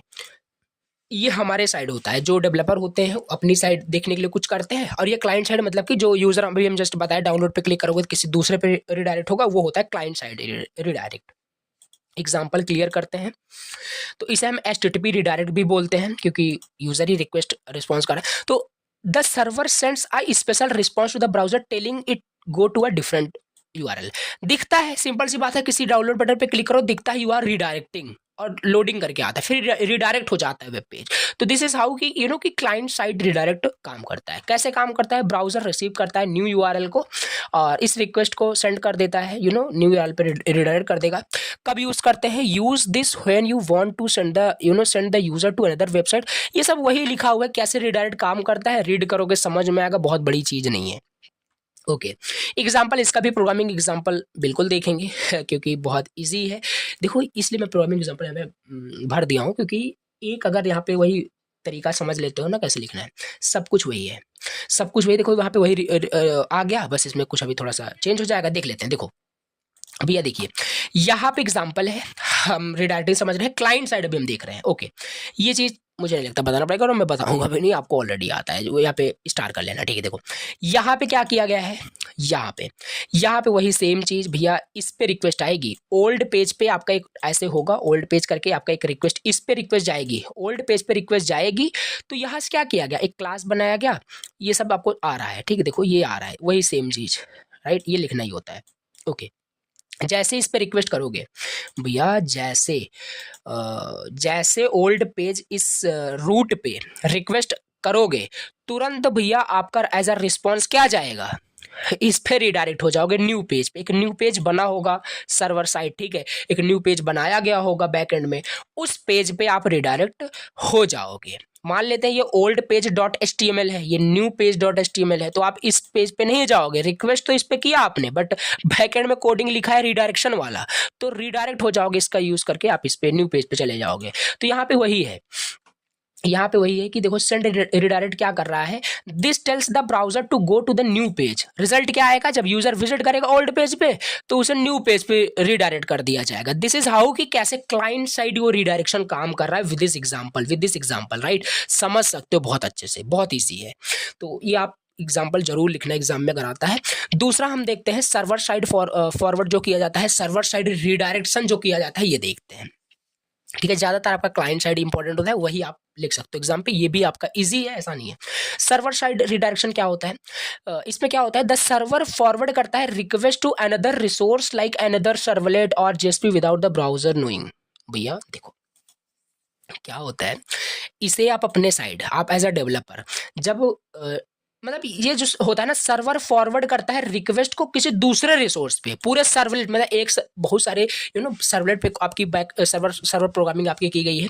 तो एक सर्वर प्रोग्रामिंग आपकी चल रही थी, अचानक से भैया आप चाहते हो कुछ ऐसा, काफी रेयर केस में ऐसा कुछ होता है, बाकी ऐसा नहीं होता ज्यादातर। तो यहाँ पे क्या होगा, एक सर्वलेट पे आपका सारा रिक्वेस्ट रिस्पॉन्स यानी वहाँ पे एक्सेप्ट किया जा रहा है। आप चाह रहे हो कि भैया अब हम किसी दूसरे JSP फाइल पे कन्वर्ट करना चाहते हैं, दूसरे सर्वलेट, दूसरे ही सर्वर पे भेजना चाहते हैं विदाउट द ब्राउजर नोइंग, और इसके बारे में भैया क्लाइंट को कुछ भी नहीं पता होता क्योंकि ये सर्वर साइड फॉरवर्ड हो रहा है, ये बैकएंड में हो रहा है, राइट। तो ये है, सर्वर प्रोसेस करता है second resource and then send the respond back to the browser. तो वही है, सर्वर फिर प्रोसेस करेगा दूसरे वाले सर्वलेट के जो रिक्वेस्ट रिस्पॉन्स है उसके, ठीक है। समझ में आई होप आ रहा होगा। Use this when you want to process something is another servlet to JSP but keep the same URL in the browser. इसका एग्जांपल है क्या? हाँ, इसका एग्जांपल है, एग्जाम्पल से क्लियर कर लेते हैं। ये है और ये बार बार रिपीट हो रहा है, आई होप समझ में आ गया होगा, जो स्टार से आप कर लेना इसे, ठीक। तो देखो अगर आप वीडियो स्किप करके देख रहे हो तो मे भी आपको लगे कि मैं ये बता क्यों ना, क्योंकि ऑलरेडी मैंने आपको बता दिया कि ये क्या है, कि कैसे आप उसको करना है। तो सीक्वेंस से देख रहे होगा तो सब कुछ क्लियर आपको हो रहा होगा, अदरवाइज आप बीच बीच में अगर स्किप करके देख रहे हो तो आपको लग रहा होगा कि मैं ये तो आपको बता ही नहीं रहा हूँ। स्टार्टिंग में ही आपको बता दिया कि ये जो भी आपका दिख रहा है जावा x.servlet .star कर देना, ये सब आपका आ जाएगा अपने आप, ठीक। तो इसमें फिर क्या किया, इसमें हम सर्वर साइड फॉरवर्ड रिडायरेक्शन हम देख रहे थे। ओके, यहाँ देखो, इस पे इस रूट पे रिक्वेस्ट आएगी। ओके, इस रूट पे फॉरवर्ड एग्जांपल पे आपका एज एग्जांपल लेगा, इस पे रिक्वेस्ट आएगी, ये चीज़ होगा। इसमें वही फिर से किया गया है, ठीक, एक्सटेंड किया गया क्लास को, और ये सब पहले ही बताया, ठीक। और फिर फॉरवर्ड कर दिया गया दूसरे रिसोर्स पे। इंटरनली ये होगा, क्लाइंट साइड कुछ इफेक्ट नहीं पड़ेगा क्योंकि ये सर्वर साइड है। तो इंटरनली क्या किया गया, फॉरवर्ड कर दिया गया दूसरे रिसोर्स पे, जेएसपीएस सर्वलेट पे, दूसरे पे मतलब यहाँ पे रिडायरेक्ट कर दिया गया। रिक्वेस्ट डिस्पैचर इंटरफेस क्लास, इसका ऑब्जेक्ट बनाया गया। फिर request dot gate request dispatcher next page GSP. अभी जीएसपी कवर करेंगे तो ये समझ में आएगा क्या बनाया गया। मतलब एक नया जो डायनेमिक पेज है वो वहाँ पे बैकएंड में हमारा रिडायरेक्ट हो जाएगा। और डिस्पैचर डॉट फॉरवर्ड हम कर दिए रिक्वेस्ट एंड रिस्पॉन्स को। लिखा यहाँ पे है देखो, request dispatcher is equal to, जो ये लिखा गया है, इतना जो लिखा गया है, पहला लाइन जो लिखा गया है, इसका मतलब क्या है, ये प्रिपेयर कर रहा है to forward the request to next page dot JSP. एक आपका नेक्स्ट पेज डॉट जीएसपी नाम की एक फाइल है जो जावा सर्वर पेज आपका डायनेमिक वेब पेज क्रिएट करने के लिए यूज होता है, उस पे ये प्रिपेयर कर रहा है फॉरवर्ड करने के लिए रिक्वेस्ट को, राइट। और ये डिस्पैचर डॉट जो फॉरवर्ड है, ये क्या कर रहा है, ये फॉरवर्ड कर रहा है रिक्वेस्ट को, फॉरवर्ड कर रहा है रिक्वेस्ट एंड रिस्पॉन्स दे रहा है क्या, ये नेक्स्ट पेज डॉट जेएसपी जो रिस्पॉन्स है उसे दे रहा है। समझ में आया। तो ये देखो सर्वर साइड किस तरीके से काम कर रहा है। इसी तरीके से आपका ये है, क्लाइंट साइड तो बहुत इजी था, थोड़ा सा सर्वर साइड में अगर प्रॉब्लम होती है थोड़ा सा आप देख लेना, ठीक है। तो काफी इंपॉर्टेंट दोनों है, समझ लिया, विद एन एग्जांपल देख लिया। अगर टेबल के फॉर्मेट में हम देखना चाहें और कंसेप्ट समझना चाहें तो इसे आप रीड कर सकते हो, क्लाइंट साइड सेंड रिक्वेस्ट, ये सब आप प्लीज पढ़ना, राइट। मैंने आपको कंसेप्ट बताया, यूआरएल चेंज होता है ब्राउजर में, इसमें सेम होता है, तो इसे आप रीड कर लेना एक बार, ठीक। ओके, अब इसके बाद हम अपना अगला टॉपिक देखते हैं, सीजन ट्रैकिंग, राइट। अभी काफी इंपॉर्टेंट टॉपिक आपका है और इसे मैं बहुत अच्छे से समझाऊंगा। सीजन ट्रैकिंग फिर से व्यू कर लेते हैं।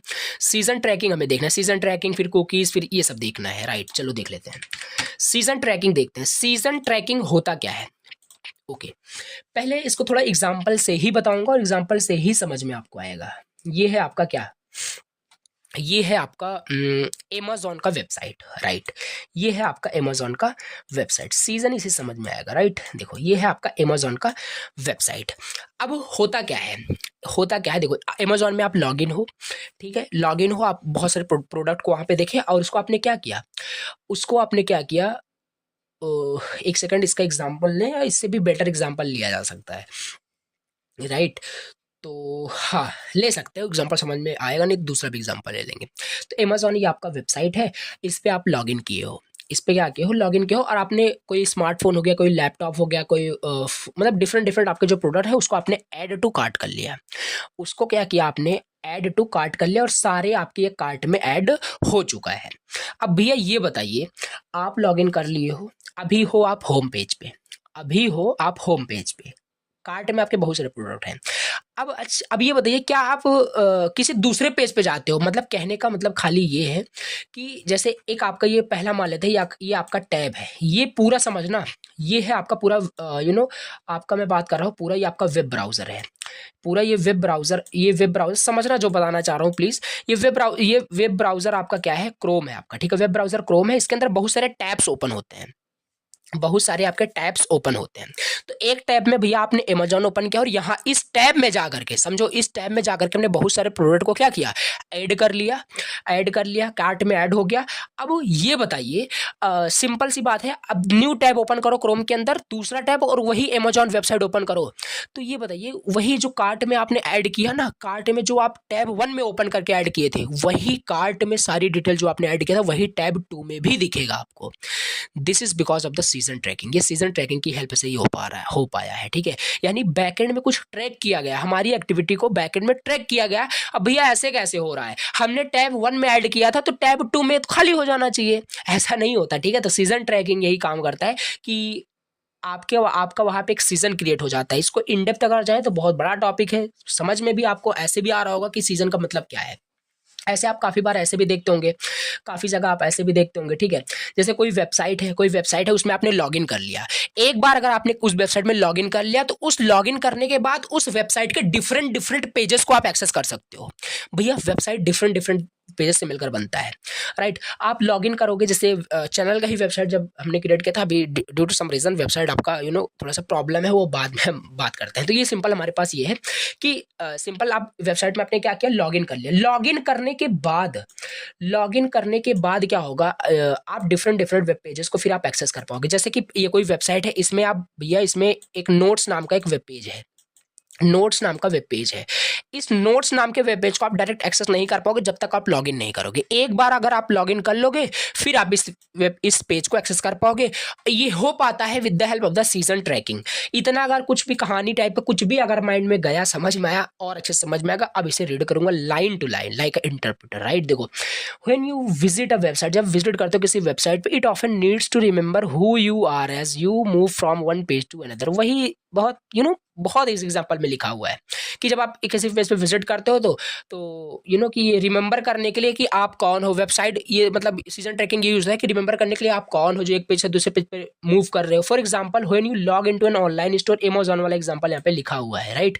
तो इसे रीड करना प्लीज, आई होप कि आप समझ रहे हो, ठीक है। तो इसे चलो पूरा पढ़ ही लेते हैं। So when you visit a website, it often use to remember when you who you are, जो आप मूव कर रहे हो एक पेज से दूसरे पेज में। For example, when you log into an online store, it needs to remember you are logged इन।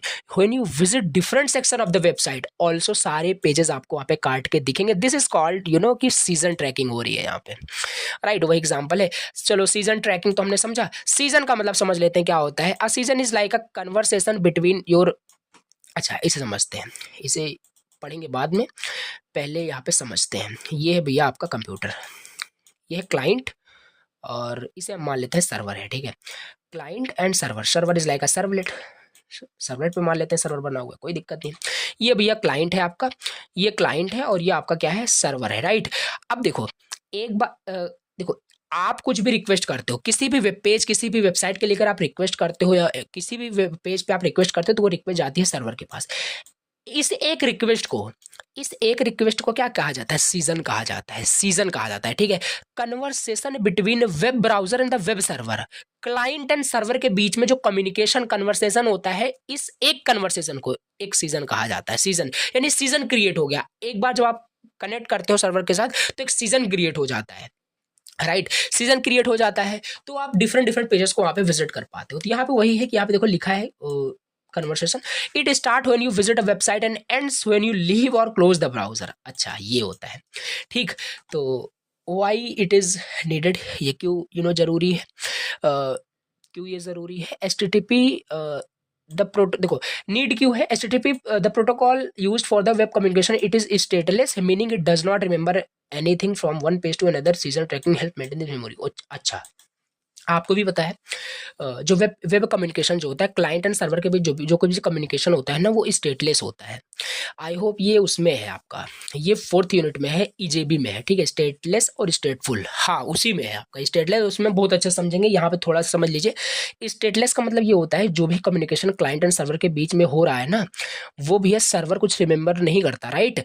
जो कुछ भी आप एक्टिविटी करते हो कुछ याद नहीं रखता। उन्हीं के लिए ये सब कंसेप्ट हमारा आया है कि याद रखो कि भैया कौन विजिट किया है वेबसाइट पे, उसको रिमेंबर रखो, जिससे कि आगे हम उसको ट्रैक कर सके कि वो कर क्या रहा है। उसका कार्ट में कुछ ऐड किया है तो मान लो दोबारा विजिट करता है तो ऐड होना चाहिए, दिखना चाहिए उसमें, राइट। तो ये सिंपल होता है स्टेटलेस का मतलब कि ये कुछ रिमेंबर नहीं करता, और रिमेंबर करवाने के लिए तो हम सीजन ट्रैकिंग यूज कर रहे हैं, राइट। तो समझ में आया होगा। चलिए, अब ये सीजन ट्रैकिंग जो है ना, कितने टाइप से डन हो सकता है। सीजन ट्रैकिंग जो है, जो हम बोल रहे हैं कि सामने वाले पर्सन को जो विजिट कर रहा है यूजर आपके वेबसाइट को, उसको रिमेंबर करने के लिए वो कौन है, कब विजिट किया, क्या है, बेसिक इन्फॉर्मेशन सीजन के अंदर होती है, ठीक है। सीजन एक्सपायरी डेट सारी चीजें आपकी होती है इसमें। तो इसमें पहला ही मेथड हमारे पास और सिलेबस में दिया है कुकीज, ठीक है। कुकीज की हेल्प से भी हम सीजन ट्रैकिंग करते हैं, ठीक है। कुकीज की हेल्प से भी हम सीजन ट्रैकिंग करते हैं। अब कुकीज क्या होता है, देखो कुकीज हमारा कुछ नहीं होता है, एक पीस ऑफ डेटा होता है, की वैल्यू का एक पेयर होता है। जब भी आप किसी भी वेबसाइट पे विजिट करते हो, अगर वो वेबसाइट आपको ट्रैक कर रही है, तो सिंपल सी बात है, आपके वेब ब्राउजर में चुपके से या बैकेंड में एक कुकी डाल दिया जाता है, जिस कुकी से वो आपको ट्रैक करते हैं। जैसे आप कभी वेबसाइट पर नोटिस करते होंगे, वहां पे आता है एक्सेप्ट ऑल कुकी करके। जैसे ही आपने उस कुकी को एक्सेप्ट किया, तो चलो बताते हैं आपको इसको, ठीक है। इसे दिखाता हूं, बट मुझे नहीं लगता कि आपको ये दिखाना चाहिए और ये बताना चाहिए। देखो, जैसे मैं मान लेता हूँ इसी वेब पेज पे मैं रिडायरेक्ट करता हूँ या किसी भी वेब पेज, तो आपको इंस्पेक्ट करना है, ठीक है। मैं इंस्पेक्ट पे गया, राइट, इंस्पेक्ट पे गया, मैं दिखा रहा हूँ कुकीज़ मिलता कहाँ है, ठीक है। तो ऐसे आप प्रैक्टिकल देख सकते हो, कर सकते हो। तो जैसे अभी गूगल है, ये क्रोम ब्राउजर क्या है, देखता हूँ भैया कि मेरे कुकी में ये क्या क्या स्टोर किया है। देखो यहाँ पे आओगे एप्लीकेशन में, कुकी नाम का आपका मिलता है, इस पे आ जाना। इस पे आ जाओगे तो ये देखो, हाँ भैया देखो जो बोल रहा हूँ वही लिखा हुआ एग्जैक्टली, ये ट्रैक कर रहा है हमें भी, ठीक है। तो ऐसे देख सकते हो प्रैक्टिकल रियल में काम करता है, सब थ्योरेटिकल नहीं, प्रैक्टिकल सारी चीजें। तो यहाँ पे क्या है, देखो ये है आपका सीजन ट्रैकिंग कैसे काम कर रहा है, ठीक है।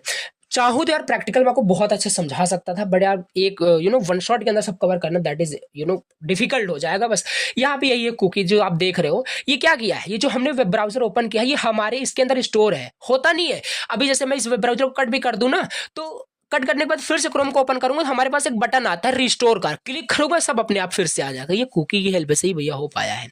देखो ये की हो गया है, ये की हो गया, ये वैल्यू हो गया। देखो यहाँ लिखा नहीं है, एक सेकंड की, एक सेकंड थोड़ा सा यार छोटा हो जाता, मैं आपको समझा देता, ठीक है। तो ये है आपका डोमेन वगैरह कुछ लिखा हुआ है, ये देखो की वैल्यू का पेयर, राइट। इसे आप चेंज वेंज नहीं करते, चेंज कर दोगे लेकिन फिर रिफ्रेश करोगे तो फिर से हो जाता है। तो यही अगर ये सारे कुकीज को अगर मैं अभी बात करूँ डिलीट कर दूं वन बाय वन, तो हमारा सारा डेटा यहाँ से जो भी मतलब एक कैच मेमोरी में जो स्टोर होता है, जो हमें मतलब फास्टर तरीका देता है कि डायरेक्टली हम उस पर विजिट कर पाए, तो वो सब हट जाएगा। तो ऐसे आप जाके देख सकते हो कौन सा वेबसाइट आपको कितना ट्रैक कर रहा है, सारी इन्फॉर्मेशन यहाँ पे दिखती है, राइट। तो ये होता है। तो एक सेकंड ओपन कर लेते हैं। तो ये थोड़ा सा मैं विजुलाइजेशन करने का तरीका बताया, बाकी यही है आपका कुकी का मतलब पीस ऑफ डेटा होता है जो ट्रैक कर रहा होता है। सीजन ट्रैकिंग में ही आपका हेल्पफुल होता है। क्यों यूज करते हैं कुकी को, रिमेंबर करने के लिए भैया आप कौन हो, राइट, वही सेम चीज, ओके। तो हाँ एक चीज ये भी है एक चीज ये भी है, ठीक है। एक चीज़ ये भी है, आपने नोटिस किया होगा, जैसे कि अभी बात करें काफ़ी वेबसाइट में बात करें तो वहाँ पे आपको डार्क एंड लाइट मोड का ऑप्शन होता है। ऐसा होता है भैया, आप यहाँ पे डार्क मोड ऑन कर दोगे, राइट। आप यहाँ पे डार्क मोड ऑन कर दोगे, डार्क मोड आपने ऑन कर दिया एक पेज पे, तो दोबारा कट करने के बाद भी अगर वहाँ पे आप जाओगे, कहाँ, उस वेबसाइट पे विजिट करोगे, तो डार्क मोड ही आपको मिलेगा। हुआ कुछ नहीं, यहाँ पे हुआ कुछ नहीं, सिंपल जैसे आपने यहाँ पे डार्क मोड ऑन किया, जैसे ही आपने डार्क मोड ऑन किया with the help of the Java script, वहाँ पे बैकएंड में ऐसा ही होता है। एक कुकी क्रिएट हो गई है। यहाँ पे आके देखोगे कहीं वेबसाइट अगर आप नोटिस करो, किसी पे विजिट करके जाके देखना, जैसे ही वहां पे हमने डार्क मोड वहां पे आप ऑन करोगे ना, तो यहाँ पे सिंपल क्या होगा, एक आपका कुकी डार्क मोड का बन जाएगा और यहाँ पे ऑन ऑफ लिखा होगा, हटा दोगे तुरंत डार्क मोड हटेगा, करके भी देख सकते हो। तो यही है कि वो रिमेंबर इसी तरीके से कर पाता है। फिर दोबारा किसी वेब पेज पे विजिट करते हो या उसी वेबसाइट के दूसरे अनदर वेब पेज पर विजिट करते हो, तो वो आपका डार्क मोड ही ओपन रहता है। दिस इज हाउ कुकी कैसे काम करता है, ओके। सीजन मैनेजमेंट में भी आपका यूज होता है, ट्रैकिंग में तो यूज होता ही होता है, पहले ही बता दी, सब थ्योरी आप लिख सकते हो, ओके। काम कैसे करता है कुकी, तो ये वही जो बता दिया कैसे जाके वहाँ स्टोर होगा, इंस्पेक्ट कैसे बताया, वही लिखना है। क्लाइंट रिक्वेस्ट करे, जब आप किसी वेबसाइट पे विजिट करते हो, सपोज करो your browser sends request to the server, तो हाँ सिंपल सी बात है, आप जैसे डार्क मोड पे क्लिक किए, ये आपका बटन था, इस पे क्लिक करोगे डार्क मोड के लिए, भैया ये जावास्क्रिप्ट के हेल्प से हो पाता है। तो जैसे इस पे क्लिक करोगे तो जावास्क्रिप्ट का बैकएंड में कोड लिखा गया होगा, सिंपल सी बात है। तो वहां से आपका एक कुकी क्रिएट कर दिया जाता है, ठीक है।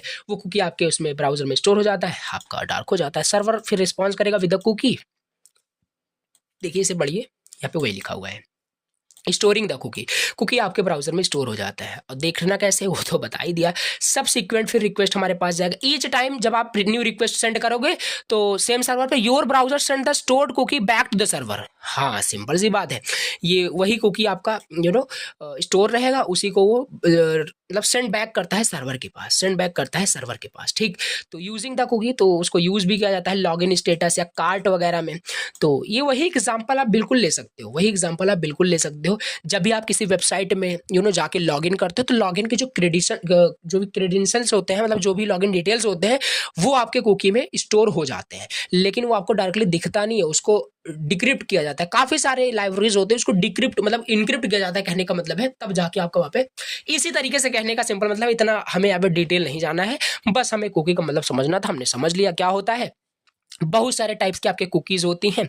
कुकीज़ कितने टाइप्स के होते हैं? सीजन कुकी होता है, परसिस्टेंट कुकी होता है, सिक्योर कुकीज़ होता है, एक साइंड कुकी भी हमारे पास होता है, राइट? साइंड कुकी भी हमारे पास होता है, थर्ड कुकी हमारे पास होता है।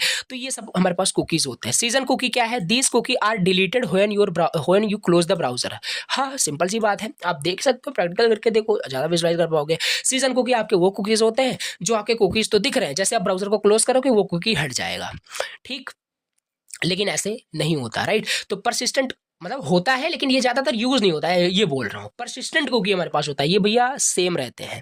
आप ब्राउज़र को क्लोज़ भी कर दोगे तब भी वो वैसे ही होगा, राइट? तो ये होगा। सिक्योर कुकी क्या होता है? These cookies are used over the secured connection. इस पे help in transferring sensitive data. ये हो गया। फिर इसके बाद होता है हमारे पास थर्ड पार्टी कुकी हो गया, different domain. These cookies are set by website other than the one you are visiting, often use for advertising और ट्रैकिंग के लिए भी आपका थर्ड पार्टी कुकी भी होता है। इसी में आप एक फिफ्थ पॉइंट लिख सकते हो, साइंड कुकी होता है। Signed cookies are those cookie which can not be changed और मॉडिफाइड बाय द क्लाइंट और द यूजर, राइट? जो हम जा करके इंस्पेक्टर के वहाँ पे मॉडिफाई करते हैं, वो सब आपका साइंड कुकी अगर होता है तो फिर मॉडिफाई नहीं होगा, रिफ्रेश करोगे ओरिजिनल पोजीशन में आ जाएगा। ये होता है सिंपल। कैसे काम कर रहा है, थोड़ा डायग्राम लिखा हुआ है, सब रीड करना, समझ में आ जाएगा। एडवांटेज क्या है कुकीज़ का, इंपॉर्टेंट है, इस वजह से इतना इन डिटेल इन डेप्थ में जाके आपको बताया। एडवांटेज आपकी क्या है? लाइट वेट होता है, परसिस्टेंट होता है, रीड करना समझ में आएगा। डिसएडवांटेज क्या होता है? Privacy concern. Cookies can be use to track user behaviour across website, raising privacy issues भी हो सकता है। इसी वजह से कोई भी वेबसाइट अगर आपकी कुकीज़ आपके ब्राउजर में कुकीज़ मतलब वहाँ पे स्टोर करना चाहता है तो आपसे वो परमिशन मांगता है, क्योंकि ये सही तरीका थोड़ी ना है कि बिना बताए उसके ब्राउजर में आप कुकीज़ रख दो और उसको ट्रैक करो। किसी को ट्रैक करना इट इज़ ऑल्सो ना प्राइवेसी कंसर्न है। तो इसी वजह से आता है, आर यू आप एक्सेप्ट करना चाहते हो कुकीज़ को, नहीं तो वहाँ पे डिक्लाइन करने का और एक्सेप्ट करने का आपके पास आता है। तो वहाँ पे जो एक्सेप्ट आप करते थे ना, तो आप अपनी ट्रैकिंग उस वेबसाइट को दे रहे हो। आज से आपको समझ में आ गया होगा, राइट? तो पता भी था आपको। तो ये सिंपल चीज़ है, कैसे काम कर रहा है। ब्राउजर डिपेंडेंट होता है, limited in the size, right? ये हो गया हमारे पास कुकी का कंसेप्ट हमने देख लिया। इसके बाद आपका फर्स्ट वाले टॉपिक में आपका लास्ट आता है यहाँ पे session tracking with HTTP session. इसे भी देखते हैं, ये लास्ट वाला आता है HTTP tracking with HTTP session, ये आता है। फिर GSP स्टार्ट करेंगे और इसे भी जल्दी से फिनिश करेंगे। ये थोड़ा सा छोटा छोटा टॉपिक है, वजह से अच्छे समझेंगे फिर भी, राइट? एक सेकंड ओपन कर लेते हैं। तो एडवांटेज हो गया था। हाँ, अब हमें यहाँ पे देखना है सीजन ट्रैकिंग HTTP सीजन। देखो सर्वलेट में अब थोड़ा सा हम आ जाते हैं, अभी तो उसी में थे, ठीक है? अब इसमें हम जानते हो जैसे कि हमें सीजन ट्रैकिंग करना है तो हमारे पास एक HTTP सीजन मतलब एक हमारे पास तरीका होता है, उसका यूज़ करके भी हम सीजन ट्रैकिंग कर सकते हैं। इसको हमें इंपोर्ट यानी कि इसको हमने यूज़ करना पड़ता है, अभी देखते हैं। Session tracking is a way to maintain user information across multiple request in a web application since HTTP। फिर से वही आया, HTTP आपको भी पता है, HTTP जो रिक्वेस्ट होता है क्लाइंट एंड सर्वर के बीच, वो स्टेटलेस होता है, यानी कि does not remember any user data between request, so we need a way to track the user data and HTTP season is one of the ways to do this in the Java, right? तो HTTP season भी हमारा एक तरीका है, तो cookies भी हमारा एक तरीका है, काफी सारे तरीके हैं। तो पहला मेथड हमने क्या देखा, कुकी की हेल्प से हम कैसे सीजन ट्रैकिंग करेंगे। दूसरा मेथड हम देखने जा रहे हैं भैया HTTP सीजन, हमारे पास कुछ मेथड होता है, उसकी हेल्प से कैसे हम करेंगे। तो पहले पता होना चाहिए ये चीज़ क्या है, HTTP सीजन क्या होता है। HTTP सीजन एक इंटरफेस है जो जावा सर्वलेट API के जरिए उसे प्रोवाइड किया गया है, अलाउ करने के लिए you to store information about a user session between HTTP request. Each user interacting with a web application get a unique session that can store user specific data, can log in, ये सारी चीज़ दिया है। जब भी आप किसी भी web browser से आप रिक्वेस्ट करते हो तो क्या होता है कि वहाँ पे अगर HTTP सीजन किया गया है, यूज़ किया गया है, एक इंटरफेस होता है जो जावा सर्वलेट के जरिए उसे प्रोवाइड किया गया है, अलाउ करने के लिए, इन्फॉर्मेशन को स्टोर करने के लिए, जो भी यूजर का बेसिक इन्फॉर्मेशन है वो स्टोर कर पा रहे हो आप, ठीक है, वेब एप्लीकेशन के अंदर। तो ये है। तो HTTP सीजन क्यों हम यूज़ करते हैं, यूज़ इसीलिए करते हैं सीजन ट्रैकिंग के लिए। पहला पर्पज ले सकते हो रिमेंबर करने के लिए, user data cross multiple request like login status वगैरह, ये सारी चीज़ें। अब ऐसा नहीं है कि ये आपका कोई वेबसाइट है, 5 मिनट बाद 5 मिनट में आपका ये यूज़र आया, इस वेबसाइट पे कुछ लॉगिन किया, फिर से समझो, इस वेबसाइट पे आया यूज़र आपका, लॉगिन कर लिया, इस वेबसाइट पे लॉगिन कर लिया, फिर से 2 मिनट बाद आ रहा है, फिर से लॉगिन करा रहे हो, 1 मिनट बाद आ रहा है, फिर से लॉगिन करा रहे हो। ये इफिशिएंट नहीं है। यूज़र मतलब कि पागल हो जाएगा, आप बोल सकते हो कि वो फिर अच्छे से यूज़ नहीं करेगा आपकी सर्विसेज को। तो यहीं पे यही सब आपका यूज़ होता है सीजन ट्रैकिंग, कि भैया आप उसे देख लो, अगर वो फिलहाल में अगर वो लॉगिन किया था तो उसी की प्रीवियस की डिटेल्स को वेरीफाई करके उसे फिर लॉगिन करने को मत बोलो, उसे डायरेक्टली एंटर कराओ, ठीक है। तो यही होता है।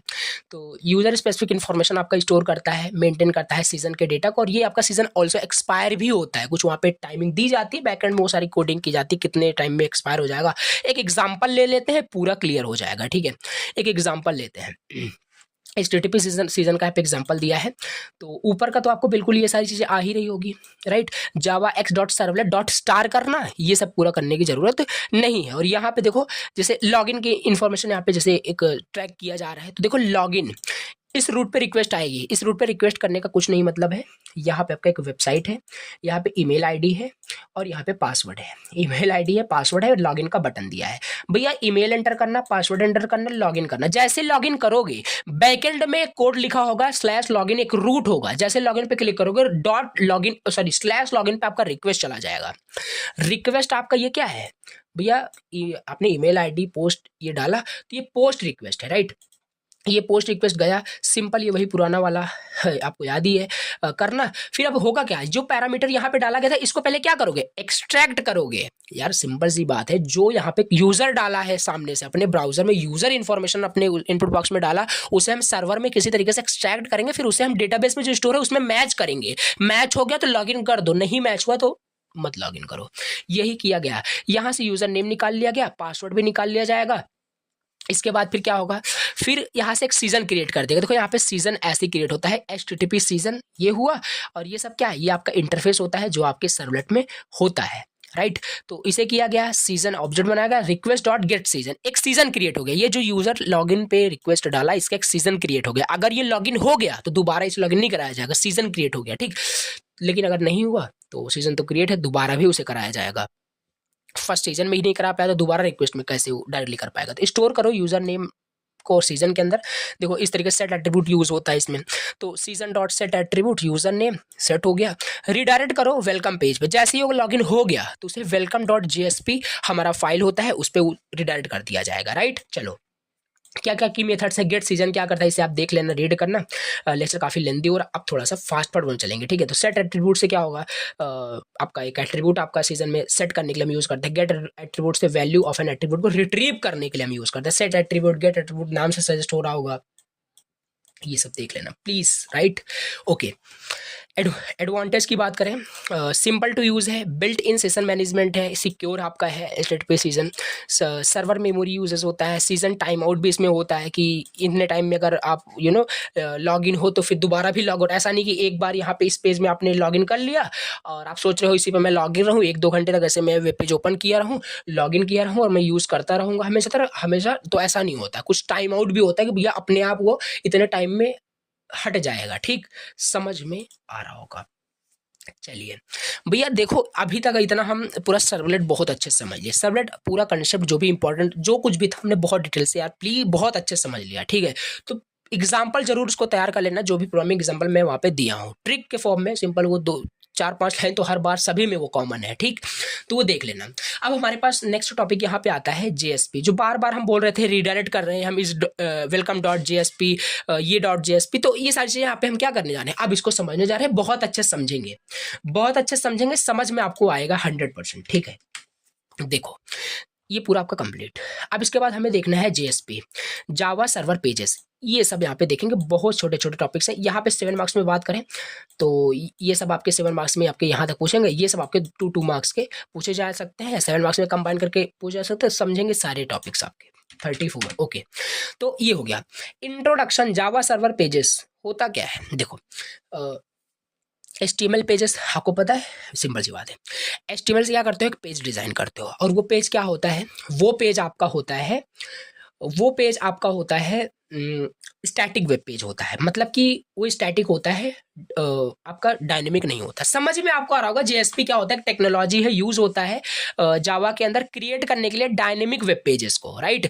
ये क्या करता है कि सिंपल हम HTML के अंदर जावा कोड लिख सकते हैं, कुछ नहीं है। देखो सिंपल से मैं आपको बताता हूँ, ये जो हम बात कर रहे थे इंस्टाग्राम का जो एग्जांपल हम ले रहे थे कि डायनेमिक वेब पेज आपको वो क्रिएट करेगा, वहां पे ध्यान देना HTML के अंदर जावा कोड लिखा जाता है। ये थोड़ा सा अजीब लग रहा होगा कि अभी तक तो हम ये HTML के अंदर हम HTML ही लिखते हैं, लेकिन ऐसा होता नहीं है। अभी एग्जाम्पल देखेंगे समझ में आएगा। अगर हमें डायनेमिक वेब पेज क्रिएट करना है, देखो दो तरीके, हम फिर से कंसेप्ट बताता हूँ। बैकएंड हम दो तरीके से बनाते थे, या तो हम बना सकते हैं मन स्टैक यानी जावा स्क्रिप्ट यानी इन सब का यूज करके, मोंगोडीबी इनका सबका यूज करके, नोड जेएस का यूज करके, या तो भैया हम जावा के साथ जा सकते हैं, सर्वलेट वगैरह का यूज कर सकते हैं। अगर सर्वलेट का यूज करोगे तब डायनेमिक वेब पेज बनाना है, तब आप जेएसपी यूज करोगे, जावा सर्वर पेज। लेकिन भैया अगर आप नोड जेएस यूज कर रहे हो तब भी हमारे पास क्या होता है, जेएस, तब हम जेएसपी थोड़ी ना यूज करेंगे। हम नोड जेएस सर्वर बनाए हैं, तब वहां पे हमारे पास एक होता है EJS, एम्बेडेड जावा स्क्रिप्ट टेम्पलेट, हमारे पास एक होता है, उसका यूज करते हैं। ठीक है, इन डिटेल नहीं जाना है, बस कंसेप्ट बताना चाह रहा था क्या है कैसे है। इनका हम यूज करते हैं डायनेमिक वेब पेज बनाने के लिए। अब जैसे हम अपना इंस्टाग्राम प्रोफाइल अभी विजिट करना चाहते हैं तो वो डायनेमिकली वेब पेज क्रिएट होता है। अब जैसे एग्जांपल वही दिया था आपको कि हर के लिए पेज नहीं बनाया गया है, तो ये है कहने का मतलब हमारे पास जेएसपी एक टेक्नोलॉजी है क्रिएट करने के लिए, डायनेमिक वेब पेज क्रिएट करते हैं।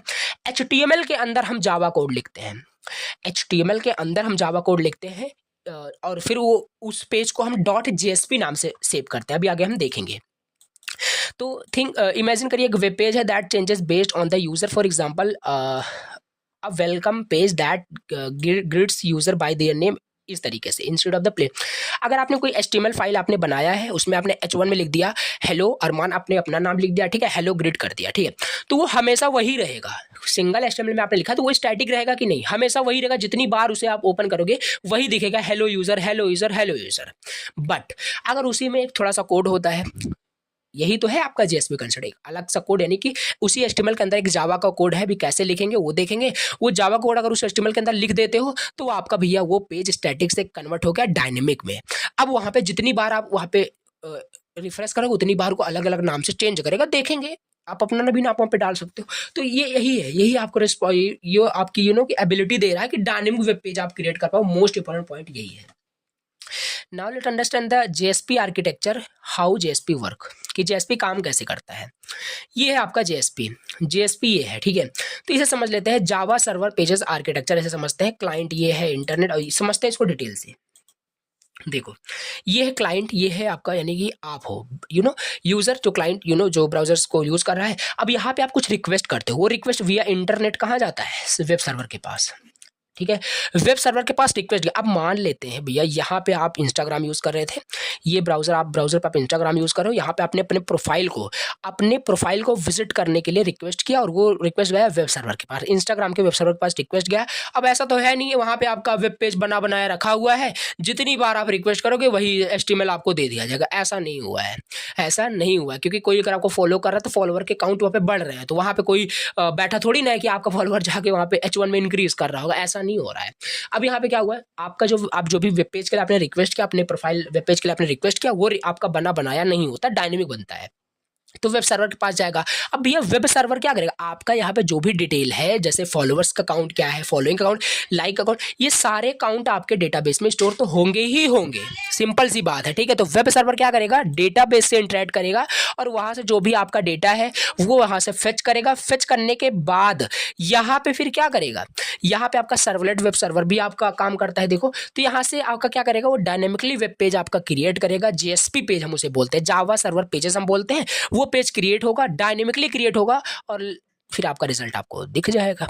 This is how Java server pages architecture कैसे काम करता है, वर्क कैसे करता है। तो this diagram shows how JSP works in the web application, step by step. देखना चाहते हो तो नीचे भी लिखा हुआ है। क्लाइंट क्या करेगा, रिक्वेस्ट सेंड करेगा। प्लीज इसे मैं रीड आउट बिल्कुल भी नहीं करूंगा, आपके पास नोट्स रहेगा, रीड करना, बहुत इजी कंसेप्ट है, इजी लैंग्वेज में भी लिखा है, समझ में भी आपको आएगा, कोई डाउट ही नहीं होगा, राइट। अब मैं आपको कंसेप्ट तो बता ही दिया हूँ, ऐसा नहीं है कि छोड़ रहा हूँ। तो ये रीड कर लेना, एक बार इसे रीड कर लेना, फिर ठीक है। तो वो क्लाइंट के पास रिक्वेस्ट आपका जेएसपी पेज आ जाएगा, तो रीड करोगे, समझ में आपको आ जाएगा, मैं पूरा बता रहा हूँ, ठीक है। समरी देख लेते हैं। क्लाइंट क्या किया, रिक्वेस्ट सेंड किया व्यू करने के लिए किसी भी वेब पेज को, वेब सर्वर प्रोसेस करेगा, उस रिक्वेस्ट को फॉरवर्ड करेगा, फिर जेएसपी को कन्वर्ट मतलब which is converted into a servlet, the servlet handle करेगा उस रिक्वेस्ट को, फेच करेगा डेटा को डेटाबेस से, वही इंस्टाग्राम वाला एग्जांपल। तो फिर उसे एक एचटीएमएल पेज बोलने का मतलब कि जेएसपी पेज वहां पे जाएगा, डॉट जेएसपी फाइल उसे वहां पे रिडायरेक्ट या सेंड रिस्पॉन्स में आती है, ठीक है। HTML पेज यहाँ पे नहीं आएगा, राइट। इसे करेक्ट भी कर सकते हो, send back to an JSP page आप बोलिए। HTML पेज जाएगा तो मतलब HTML में ही दिखता है बट वो JSP पेज होता है, राइट। तो डिस्प्ले हो जाता है आपका वेब ब्राउजर पे। दिस इज हाउ कि कैसे काम करता है आपका JSP कैसे काम करता है हमने देख लिया। अब इसका कुछ लाइफ साइकिल भी होता है, सर्वलेट का लाइफ साइकिल होता है जो हम बोल रहे हैं अभी, फिर से हम वही बोल रहे हैं भैया कि जेएसपी आपका रिस्पॉन्स सेंड कर देगा, प्रिपेयर कर लेगा डायनेमिकली। अब ऐसे थोड़ी ना कर लेगा, उसके अंदर भी कुछ मेथड्स, कुछ इंटरफेसेस कुछ होते होंगे जो कॉल होते होंगे। जैसे सर्वलेट में हो रहा था वहाँ पे क्या था, इनिट था, सर्विस मेथड था, डिस्ट्रॉय मेथड था, वो सब इंटरनली हो रहा था, वैसे यहाँ पे भी होते हैं, ठीक है। तो ये है आपका जेएसपी फाइल, ये है आपका सर्वलेट फाइल, ये है आपका सर्वलेट क्लास। ये आपको बनाना पड़ेगा डायग्राम, ठीक है। तो ये डायग्राम आपको बनाना है। अब देखो जेएसपी फाइल जो होता है वो सर्वलेट फाइल में आपका जो कन्वर्ट होता है उसे हम बोलते हैं ट्रांसलेशन फेज। ट्रांसलेशन फेज आपका एक फेज होता है जो जेएसपी फाइल को सर्वलेट फाइल में कन्वर्ट कर देता है। और कंपाइलेशन फेज क्या होता है, जो सर्वलेट फाइल हमारे पास होता है उसे हम सर्वलेट क्लास में कन्वर्ट करते हैं। अब सर्वलेट क्लास में कन्वर्ट करने के बाद फिर क्या होता है, हमारे पास जेएसपी एक इनिट मेथड होता है, वो कॉल होता है, एक बार ये कॉल होता है, मतलब जेएसपी जो पेज है वो एक बार इनिशियलाइज होगा, फिर सर्विस मेथड क्या होगा आपका वहां पे रिक्वेस्ट रिस्पॉन्स वहां पे सेंड करता है, सर्विस मेथड से ही क्लियर है। फिर डिस्ट्रॉय मेथड भी, इसे चलो थोड़ा सा एलिबरेट करते हैं, समझते हैं और अच्छे से, राइट। तो यहाँ पे लिखा है द डायग्राम, देखो the diagram outline the step by step दिया गया है। ट्रांसलेशन फेज क्या करता है, जेएसपी फाइल को you right a web page, आप एक वेब पेज लिखते हो, वेब पेज का मतलब है आप HTML के अंदर जावा कोड कुछ लिखोगे। अगर आपको डायनेमिक वेब पेज बनाना है तो उसे आप जेएसपी फाइल ही बोल रहे हो, डॉट जेएसपी से सेव कर रहे हो तो डॉट जेएसपी फाइल ही तो हुआ, डॉट HTML से करोगे तो डॉट HTML फाइल होगा। तो आप एक वेब पेज लिखोगे जेएसपी फाइल के डॉट इस एक्सटेंशन से, बताया वही लिखा है। फिर ये जेएसपी फाइल क्या होता है ना, ट्रांसलेट होता है सर्वलेट फाइल के अंदर। दिस स्टेप कन्वर्ट करता है जेएसपी पेज को जावा सर्वलेट में। कंपाइलेशन फेज में क्या होगा, servlet file is then compiled into a servlet class. फिर आपका ये जो सर्वलेट फाइल होता है ये कंपाइल होता है सर्वलेट क्लास के अंदर, यानी डॉट जावा क्लास फाइल में। This is done so that the server can execute the code. तो सर्वर आपका किस में लिखा है, सर्वलेट में। सर्वलेट आपका क्या है, क्लास ही समझता है, इंटरफेस ही समझता है। तो ये किस तरीके से आपका क्या हुआ, सर्वलेट फाइल कन्वर्ट हो गया किसमें, डॉट जावा क्लास फाइल में। फिर वो आपका सर्वलेट उसे प्रोसेस करेगा रिक्वेस्ट को। फिर एग्जीक्यूशन फेज क्या होता है, once the servlet class is ready the JSP page goes through the following methods. एक बार क्या होगा, आपका सर्वलेट क्लास अगर आपका रेडी हो गया तो जेएसपी पेज जो होगा फिर ये फॉलोइंग मेथड से जाएगा, ठीक। पहला हमारे पास जेएसपी इनिट होता है, this method is called once when the JSP page is loaded for the first time. हर बार आपका ये जेएसपी मेथड कॉल नहीं होता, एक बार आपका ये कॉल होता है। It is use for initialising resource like database connection, ये सारी चीज़ें। जैसे कि इंस्टाग्राम का पेज अगर आपको देखना है तो रिक्वेस्ट की एग्जांपल समझते हैं, तो वहाँ पे एक जेएसपी पेज ही मान लेते हैं बैकएंड से आ रहा है, तो डेटाबेस से कनेक्शन बनना जरूरी है, तभी तो वहाँ से डेटाबेस से जो भी काउंट हमारे फॉलोअर्स का सब कुछ दिखेगा हमें। तो एक बार ही ऐसा होता है, बार बार नहीं होगा। तो इनिशियलाइज हो जाएगा, राइट। फिर जेएसपी सर्विस हमारे पास मेथड कॉल होता है दूसरे स्टेप में। This method handles multiple request, और ये मेथड मल्टीपल रिक्वेस्ट को भैया हैंडल करता है, right. Every time a user send a request to the JSP पे, the JSP service method is called, it is similar like you can understand you know कि जैसे previous में आपने भी देखा कि सर्वलेट में, उसी तरीके से कुछ आपको समझ में आ रहा होगा।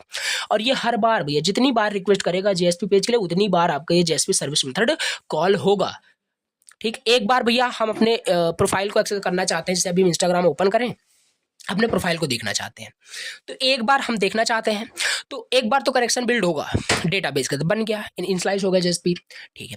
अब दोबारा जब हमें फिर से कट करके मान लो देख रहे हैं तो फिर से बार बार हमारा कनेक्शन थोड़ी ना बनेगा, जेएसपी इनिशियलाइज थोड़ी ना होगा, फिर से हम जेएसपी सर्विस मेथड हमारा वहाँ पे बार बार एग्जीक्यूट होगा, उसी से हमें वहाँ पे मिल जाएगा। डायनेमिकली जनरेट करता है हमारे कंटेंट को बैक टू द क्लाइंट। फिर जेएसपी डिस्ट्रॉय क्या है, this method is called once when the JSP page is no longer need. जब आपको जेएसपी पेज की नीड ही नहीं है तो भैया उसे क्या करो, डिस्ट्रॉय कर दो, क्लीन कर दो, सिंपल, राइट। ये हो गया आपका क्या, किस तरीके से जेएसपी आपका काम कर रहा है, इसका हम यहाँ पे वर्किंग समझ सकते हैं, लाइफ साइकिल समझ सकते हैं कैसे ये काम करता है एग्जैक्टली। की फीचर्स क्या क्या होते हैं जेएसपी के देख लेते हैं। डायनेमिक कंटेंट इसका एक फीचर हो गया कि डायनेमिक कंटेंट ये आपका जनरेट करता है। सिंपलर देन सर्वलेट, हाँ सिंपल होता है काफ़ी ज़्यादा, क्योंकि more focused on the presentation like HTML wheel servlet processing the logic. Servlet backend के लिए यूज़ होता है, इसे आप एज अ फ्रंट एंड बोल सकते हो, बैकएंड में ही होता है बड़ा इसे एचटीएमएल, क्योंकि ये प्रेजेंटेशन में यूज़ होता है तो मैं बोल रहा हूँ इस तरीके से। कंबाइन करता है जावा को एचटीएमएल, ये भी एक फीचर है हमारे पास। जेएसपी ये फीचर हमें देता है कि हम एचटीएमएल के अंदर भैया जावा का कोड लिख सकते हैं। और जो हमने आपको बताया था कि अगर आप जैसे, ये तो हम जावा के कंटेक्स्ट में समझ रहे हैं, अगर हम मान लो बैकएंड बना रहे हैं कि नोड जेएस में बैकएंड बना रहे हैं, तो वहाँ पे ईजीएस हमारे पास होता है, जेएसपी नहीं होता है, ईजीएस होता है डायनेमिक वेब पेज को क्रिएट करना। तो ईजीएस हमारे पास अथॉरिटी देता है कि भैया हम जावा स्क्रिप्ट के कोड में ईजीएस टेम्पलेट भी वहाँ पे डाल सकते हैं। तो वो सब अलग की बात है, कंफ्यूज मत होना, बस इसको अभी समझो। जो यहाँ पे जेएसपी का कंसेप्ट है, फीचर्स कंबाइन करता है जावा एंड एचटीएमएल दोनों को, और ये एक आपका पार्ट होता है जावा टू ई का, ठीक है। तो वर्क्स वेल विद साइज आप देख सकते हैं, राइट। तो ये आपका ये कन्फ्यूजन है, जावा का भी एक स्टैंडर्ड एडिशन होता है बाय डिफ़ॉल्ट, तो ये सब आप देख सकते हैं। तो की फीचर्स हमने यहाँ पे देख लिया, क्या क्या की फीचर्स होते हैं जेएसपी का, इन डिटेल समझा सारी चीज़ें, ठीक है। मोस्ट इंपॉर्टेंट क्वेश्चन यहाँ पे स्टार्ट हुआ है और बहुत इंपॉर्टेंट है, ठीक है। हमने क्या किया, 43 पे अभी हम है, तो 1 पे गए। यहाँ पे देखो हम क्या टॉपिक देख रहे थे, हमने बेसिक समझ लिया, जेएसपी ओवरव्यू सब कुछ देख लिया। अब यहाँ पे हम समझते हैं अपना एक यहाँ पे first Java server page example हम यहाँ पे बना के देखेंगे। फर्स्ट जेएसपी पेज बनाएंगे, यानी डायनेमिक पेज बनाएंगे, एचटीएमएल में जावा का कोड लिखेंगे, अभी देखेंगे तो कैसे होता है, सारी चीज़ आपको समझ में आएगी। फिर ये छोटे छोटे टॉपिक्स बचे, इसको भी हम देखेंगे, राइट। ये हो गया। अब फर्स्ट जावा सर्वर ये देख लेते हैं एग्जांपल। पहला स्टेप वाइज चलेंगे, बहुत इजी एग्जांपल समझ में आएगा। स्टेप 1 में क्या किया गया है, एक आपको बेसिक एचटीएमएल पेज बनाना है भैया, बेसिक एचटीएमएल पेज बनाना है, ये तो आप बना ही लोगे। ये देखो इसमें क्या किया गया है, वेलकम टू माई वेबसाइट, ये H1 है और this is a simple web page. ये एचटीएमएल फाइल बन गई। ये बताओ ये एचटीएमएल फाइल आपका डायनेमिक है कि स्टैटिक है? द आंसर इज कि आपका ये क्या है, स्टैटिक वेब पेज है। जितनी बार इस एचटीएमएल फाइल को आप सेव करके ओपन करोगे उतनी बार आपको यही दिखेगा, welcome to my website, this is a simple web page. ये प्रॉब्लम है, हम स्टैटिक नहीं बनाना चाहते, हम डायनेमिक बनाना चाहते हैं। तो यहाँ पे अब यहीं पे वही कंसेप्ट आता है, दिस इज वेयर कि JSP comes into the scenario, right. अब इसे समझते हैं इन डिटेल। फिर से पहला स्टेप डन हो गया, ऐसे ही करना है अगर एग्जाम में आता है। दूसरे में क्या करना है, add Java code to your page. अब भैया देखो डायनेमिक बनाने के लिए हमें, यानी इस जो index.html हम मान लेते ऊपर हमने बनाया था, तो अब इसे हमें index.html ना करके index.jsp में करना पड़ेगा। मतलब इसी HTML के अंदर हमें कुछ जावा का कोड लिखना पड़ेगा। जावा का कोड लिखेंगे कहाँ, कैसे, देखो ध्यान देना। अगर आप HTML के अंदर जावा का कोड लिखना चाहते हो तो आप लिखोगे JSP स्क्रिप्टलेट का यूज करके। अब भैया ये क्या है, JSP स्क्रिप्टलेट क्या होता है, एक सिंटेक्स होता है। अगर आप HTML के अंदर जावा का कोड लिखना चाहते हो ना, तो आपको स्क्रिप्टलेट का यूज करना पड़ेगा। भैया HTML कोड लिखना है तो आप HTML टैग के अंदर लिखते हो, उसी तरीके से अगर JSP का कोड लिखना है आपको तो आप स्क्रिप्टलेट के अंदर लिखोगे, दैट इज नथिंग स्क्रिप्टलेट। ये आपका होता है कुछ इस तरीके से सिंटेक्स होता है, इस तरीके से आपका ये सिंटेक्स होता है, डिफरेंट आपका ये होता है। इसके अंदर जो कोड लिखोगे वो आपका JSP एज एन कि डायनेमिक वो काउंट होगा। सेम आपका HTML पेज है, यहाँ पे देखो सेम HTML पेज है, यहाँ पे वही लिखा है वेलकम टू माय वेबसाइट, ये तो हमेशा स्टैटिक ही रहेगा। यहाँ पे पैराग्राफ हमारा हर बार चेंज होगा। पैराग्राफ चेंज हर बार होने का क्या मतलब है, यहाँ पे स्क्रिप्टलेट यूज हुआ है, राइट। स्क्रिप्टलेट यूज हुआ है, Java code to get the current time. अब इसे मत रट लेना, ठीक है। यहाँ पे क्या होगा कि जितनी बार इस फाइल को जिस भी टाइम रन करोगे उसी टाइम उसी एग्जैक्ट टाइम आपको एग्जैक्ट टाइम एंड डेट आपका प्रिंट करके देगा। मतलब ये मैं system.out.println यहाँ पे सिंपल हम वही कर रहे हैं, हमें current time and current date मिलेगा, राइट। अब इसे नहीं करना चाहते भैया, इसे हम नहीं करना चाहते, ठीक है। पैराग्राफ के अंदर जो हमारा ये डायनेमिक जनरेट हो रहा है इसे हमें याद करना पड़ रहा है कि जावा यूटिल डॉट डेट। अगर ये इजी है तो इसे भी आप बिल्कुल कर सकते हो, बहुत इजी है। लेकिन आप इसमें जान, जैसे हमने वहाँ पे एग्जाम्पल एक देखा था, या शायद आगे मैं मेंशन आई होप किया हूँ, राइट। जी हाँ, भी आगे है, आगे भी देख लेंगे, ठीक है। मतलब कहने का मतलब ये, जैसे देखो यहाँ पे हर बार ये आपका क्या हुआ, ये डायनेमिक होगा। जितनी बार इसे ओपन करोगे .jsp फाइल को उतनी बार आपका जो करंट डेट होगा, करंट टाइम जो होगा वो आपका यहाँ पे दिखेगा, चेंज होगा। यही हो गया आपका डायनेमिक वेब पेज, स्टैटिक नहीं रहा अभी, ठीक है। यहाँ पे ऐसे भी कर सकते थे, यहाँ पे आप स्ट्रिंग, दूसरा एग्जाम्पल बता रहा हूँ, यहाँ पे स्ट्रिंग नेम कर दो, ठीक है। यहाँ पे string name is equal to आप कोई स्ट्रिंग दे दो और system.out.println करोगे, वहाँ पे नेम करोगे, तो जो भी नेम यहाँ पे दोगे वो चेंज हो जाएगा, जो भी नेम दोगे वो चेंज हो जाएगा। तो ये डायनेमिक बन गया, ठीक है। ये हो गया। तो ये तो हम एग्जांपल देख रहे हैं, बट लार्ज जो आपके सर्वर बनता है वहाँ से डेटाबेस से डेटा आ रहा होता है, राइट, डेटाबेस से डेटा आ रहा होता है। तो ये सिंपल चीज़ हो गया। राइट, हमने ये बना के देख लिया कि कैसे, देखो डायनेमिक वेब पेज आपका, ये डायनेमिक जेएसपी पेज आपका क्रिएट हो रहा है। इसमें लिखा है, एक्सप्लेन क्या किया, क्या होता है, दिस इज स्क्रिप्टलेट, मैंने आपको ऑलरेडी बताया क्या है। ये क्या कर रहा है, करंट डेट को प्रिंट कर रहा है। ये डेट आपका एक कि क्लास होता है, ऑब्जेक्ट होता है, इसको बनाते हो तो आपको सब आपको ऑलरेडी आता होगा, जावा का पार्ट है यार, सिंपल सी बात है। और ये प्रिंट करने के लिए हमारे पास होता है save this file with in a JSP. अब इस फाइल को, अब ये फाइल लिखे हो तो इसे आप .html से मत सेव करना, क्योंकि इसमें अब आपने इम्बेड कर दिया है क्या, जावा का कोड। तो अब इसे आप सेव करोगे index.jsp या कोई भी .jsp, बट .jsp आपको करना है। सेव करोगे, रन करोगे तो आपको आउटपुट यहाँ पे ऐसे दिखेगा। आउटपुट की मैं बात करूँ, जब उस पर आप एग्जीक्यूट करके आप बना भी सकते हो लाइव ऐसे, ठीक है। तो आपको कुछ इस तरीके से रिजल्ट यहाँ पे दिखेगा, तो इस तरीके से दिखेगा। आप वहाँ पे ये सब HTML आपको पूरा नहीं दिखेगा ब्राउजर पे, जब उसे आप इंस्पेक्ट करोगे, कंट्रोल यू यानी क्या, उसे उसका फाइल देखोगे इंस्पेक्ट करके, तो ऐसे दिखता है। आपको लगता है कि पैराग्राफ के अंदर यही लिख दिया गया होगा, बट लिखा नहीं गया है, वो बैकएंड में चेंज होता रहता है, राइट। तो इस तरीके से कुछ कंसेप्ट आपको मतलब कि अंडरस्टैंड कर पा रहे होंगे, मतलब इमेजिन कर पा रहे होंगे। तो इस तरीके से आपको आउटपुट मिलेगा, जो भी करंट है वो आपको दिख जाएगा, राइट। चलिए, ये हो गया। अब भैया एक दूसरा एग्जांपल ले लेते हैं। चलो, ये एग्जांपल समझ में आया ही होगा, नहीं भी आया तो ये भी एग्जांपल आप लिख सकते हो, कोई दिक्कत नहीं है, ठीक है। यहाँ पे अनदर एग्जांपल दिया गया है, थोड़ा सा और ज़्यादा इंटरेक्टिव हम इसे बोल सकते हैं, बाकी दोनों सही है। जो ग्रीट कर रहा है विद योर नेम वही है। HTML पेज बनाया गया और इसके अंदर देखो, यहाँ पे आपका जावा का कोड स्क्रिप्टलेट के अंदर लिखा गया है, string name request dot gate parameter और नेम। यहाँ से क्या होगा भैया, यूआरएल में कुछ नेम आएगा, यूआरएल में कुछ नेम आएगा, उस नेम को हम गेट पैरामीटर, अब समझ में आपको कुछ तो आ ही रहा होगा, सिंपल सी बात है। तो गेट पैरामीटर हम उसे गेट कर लिए, नेम में स्टोर कर लिया। अब इस नेम को हम, अगर नेम आपका नल नहीं है, यानी यूआरएल में नेम जो है कुछ आया हुआ है, ये सब समझ में आ रहा है कि नहीं। तो सिंपल सी बात है, नेम आ गया। अब नेम को हमने क्या किया, हेलो ग्रीट कर लिया, राइट। अगर नेम आपका नल है भैया, अगर नेम आपका नल है, नेम यूआरएल में एम्प्टी आया है, तो वहां पे हेलो गेस्ट प्रिंट होगा। आई होप आप रिलेट कर पा रहे हो। यहाँ पे सिंपल देखो, ये यूआरएल है, ठीक है, ये यूआरएल है। इस यूआरएल में देखो क्या है, इस यूआरएल में नेम आपका एम्प्टी नहीं है, ये देखो नेम आपका एम्प्टी, नेम आपका ये गया है। तो ये नेम यहाँ से गेट पैरामीटर से एक्सट्रैक्ट कर लिया गया, ये नेम आपका आ गया यहाँ पे, और ये साउट कर दिया, प्रिंट कर दिया। अगर यहाँ पे मैं नेम ना देता, मान लो नेम नहीं दिया, तब हेलो गेस्ट प्रिंट होगा। दिस इज हाउ कि ये आपका कैसे काम कर रहा है जेएसपी का। हमने फर्स्ट पेज एग्जांपल डिजाइन करके लाइव देख लिया, ओके, समझ लिया, मतलब ओवरऑल एग्जांपल। तो अब यहाँ पे एग्जाम थोड़ा सा ये भी 2 मार्क्स में पूछा जा सकता है कि जेएसपी कैसे डिफर है from servlet, how JSP differ from servlet. JSP और सर्वलेट में थोड़ा सा डिफरेंस बताना है। फोकस करता है जेएसपी प्रेजेंटेशन पे, सर्वलेट आपका लॉजिक पे डिफाइन है बैकएंड में।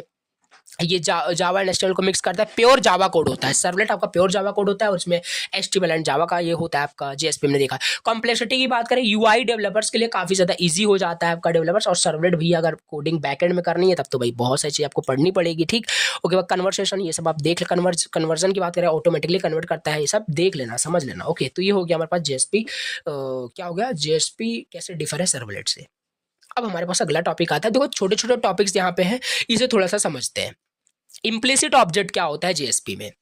जावा सर्वर पेजेस में इम्प्लिसिट ऑब्जेक्ट का मतलब क्या होता है। Implicit object, explicit and implicit 2 word आपको आते हैं। इम्प्लिसिट का मतलब वो होता है जो ऑटोमेटिक कुछ पहले से कुछ डिफाइन होता है, राइट, वही होता है। और एक्सप्लिसिट का मतलब जो हम खुद डिफाइन करते हैं, समझ में आ रहा होगा, वही लिखा यहाँ पे लिखा है। इम्प्लिसिट ऑब्जेक्ट का मतलब है भैया ऐसे बहुत सारे ऑब्जेक्ट हैं जो जेएसपी के अंदर पहले से पाए जाते हैं, और वो सब हम पहले ही देख लिए जेएसपी के अंदर, बना लिया एक्जैक्टली। यहाँ पे हमने 2-3 एग्जाम्पल देखे, तो अब ये तो क्लियर ही है। तो वही सब ऑब्जेक्ट देखो, रिक्वेस्ट ऑब्जेक्ट यहाँ पे है, जो देखो यहाँ पे जो हम बार बार यहाँ पे रिक्वेस्ट, ये भी एक ऑब्जेक्ट है। रिस्पांस कहीं ना कहीं हमने देखा था, तो रिस्पांस भी आपका होता है। तो वही सब आपको यहाँ पे लिखना है as example, right. In JSP Java server pages में implicit objects are special object provided by the JSP container. You don't need to create them, आपको उस ऑब्जेक्ट को क्रिएट करने की जरूरत नहीं है, जस्ट आप उसे यूज करो, क्योंकि वो जेएसपी में आपको प्री डिफाइंड मिलता है, एक इम्प्लिसिट मिलता है। They are automatically available in your JSP pages. These objects help you interact with the different part of the web, please पढ़ लेना, राइट। तो ये हमारे पास कुछ यहाँ पे दिए हैं, कॉमनली जो यूज्ड यहाँ पे है वो यहाँ पे मैं राइट डाउन किया हूँ, जो आप समझ सकते हो। पहला रिक्वेस्ट ऑब्जेक्ट हमारे पास है, पहला है रिक्वेस्ट ऑब्जेक्ट। रिक्वेस्ट ऑब्जेक्ट क्या करता है, कंटेन करता है सारे इन्फॉर्मेशन को about the request from the client. अब भैया ये रिक्वेस्ट ऑब्जेक्ट क्या कर रहा है, ये ऊपर जो एग्जांपल देखा था, ये रिक्वेस्ट ऑब्जेक्ट क्या कर रहा है, रिक्वेस्ट ऑब्जेक्ट सिंपल कंटेन कर रहा है सारे इन्फॉर्मेशन को जो यूआरएल से आ रहा होता है, उसे हम इससे फेच कर लेते हैं, मतलब निकाल लेते हैं, एक्सट्रैक्ट कर लेते हैं। तो यहाँ पे वही लिखा है, इसी एग्जाम्पल को उसमें भी लिख सकते हो, कोई दिक्कत नहीं, बस हमें वहाँ पे बताना है रिक्वेस्ट के ऑब्जेक्ट के बारे में। तो to get data send from a form और यूआरएल जो डेटा आ रहा होता है उसे गेट करने के लिए। हियर बेसिक एग्जांपल कुछ यहाँ पे दिया हुआ है, बेसिक एग्जांपल यहाँ पे दिया हुआ है, यहाँ पे आप देख सकते हो, ये हो गया। यू हैव अ फॉर्म, हमारे पास कोई फॉर्म है जो नेम के साथ कुछ इस तरीके से है। जब इसको सबमिट किया जाएगा तो ये नेम कहाँ जाएगा, यूआरएल में जाएगा, ठीक है, यूआरएल में जाएगा एज अ यूजर नेम, इसका नेम क्या है, यूजर नेम। तो इसे हम यूजर नेम से क्या किया है, देखो यूजर नेम यहाँ पे हम गेट पैरामीटर कर रहे हैं और रिक्वेस्ट ऑब्जेक्ट यूज कर रहे हैं, नेम में हमारे पास प्रिंट हो जाएगा। रिट्रीव कर रहा है, ये जो आपका गेट पैरामीटर होता है रिट्रीव कर रहा है value entered by the user in the form. तो इस तरीके से ये होता है, राइट। दूसरा हमारे पास होता है रिस्पॉन्स ऑब्जेक्ट, दूसरा हमारे पास होता है response object, use to send a response back to the client. Request response वही है यहाँ पे, to redirect to another page और सेंड आउटपुट। जैसे यहाँ पे देखो रिस्पॉन्स डॉट सेंड रिडायरेक्ट, यहाँ पे रिस्पॉन्स ऑब्जेक्ट यूज हुआ है जेएसपी के अंदर। अब जैसे हमें न्यू कोई पेज है उस पर हम रिडायरेक्ट करना चाहते हैं, रिस्पॉन्स देना चाहते हैं, तो हम रिस्पॉन्स ऑब्जेक्ट का यूज करते हैं प्लस ये चीज, ठीक। तो आई होप क्लियर हो रहा होगा आपको, ठीक है। तो तीसरा हमारे पास है सीजन ऑब्जेक्ट, क्या होता है इसे देख लेते हैं। सीजन ऑब्जेक्ट क्या है, सीजन ऑब्जेक्ट क्या है, सीजन ट्रैकिंग हमने डिटेल में समझा, वही है आपका सीजन जो हम वहाँ पे क्रिएट करते थे, ठीक है। सीजन को क्रिएट करते थे with the help of the season object कर रहे थे। वहाँ पे हमने नहीं देखा था कि एक आपका ऑब्जेक्ट है जेएसपी के अंदर, यहाँ पे हम देख रहे हैं कि ऑब्जेक्ट है। तो रिप्रेजेंट करता है season for a user, it stores information like user detail. वही यहाँ पे लिखा है कि जो भी यूजर की इन्फॉर्मेशन होती है वो एज अ सीजन में स्टोर होता है सीजन ऑब्जेक्ट में। So to save data between different pages for the same user. अब यहाँ पे भी एग्जांपल दिया है, जेएसपी में बात कर ले। यहाँ पे देखो जैसे यहाँ पे हमने सीजन में हमने जब एग्जांपल लिया था ना, तो ये किया था सीजन डॉट सेट एट्रीब्यूट। जैसे यूजर आपका लॉगिन करता है तो हम एक एट्रीब्यूट सेट कर देंगे यूजर नेम का, ठीक है, जिससे हम उसे रिमेंबर करेंगे फॉर द फर्दर यूज के लिए। तो ये हो गया simple go to welcome page. यहाँ पे एग्जाम्पल ऐसे ही राइट कर सकते हो, यहाँ पे क्या इसमें एक्सप्लेन करें आपको, ये ऑलरेडी हमने देखा। तो ये वही है, जेएसपी का एक पेज है और यहाँ पे सीजन आपका एक ऑब्जेक्ट यूज हो रहा है, राइट। ये आपका सेव करेगा और रिट्रीव करेगा यूजर के डेटा को। नेक्स्ट हमारे पास आउट ऑब्जेक्ट है, नेक्स्ट हमारे पास आउट ऑब्जेक्ट है और ये क्या होता है, आउट करने के लिए, मतलब कि लॉग करने के लिए, प्रिंट करने के लिए, जो वहाँ पे हम प्रिंट कर रहे थे अभी तक। तो काफ़ी इजी वाले यहाँ पे लिखे हैं जैसे कि आप समझ जाओ। Display dynamic content on a web page, display करने के लिए डायनेमिक कंटेंट को ऑन द वेबसाइट हम यहाँ पे आउट ऑब्जेक्ट का यूज करते हैं, that is provided by a Java server pages, right. इसके बाद हमारे पास नेक्स्ट टॉपिक आता है standard actions in JSP. Standard actions क्या होता है जेएसपी में।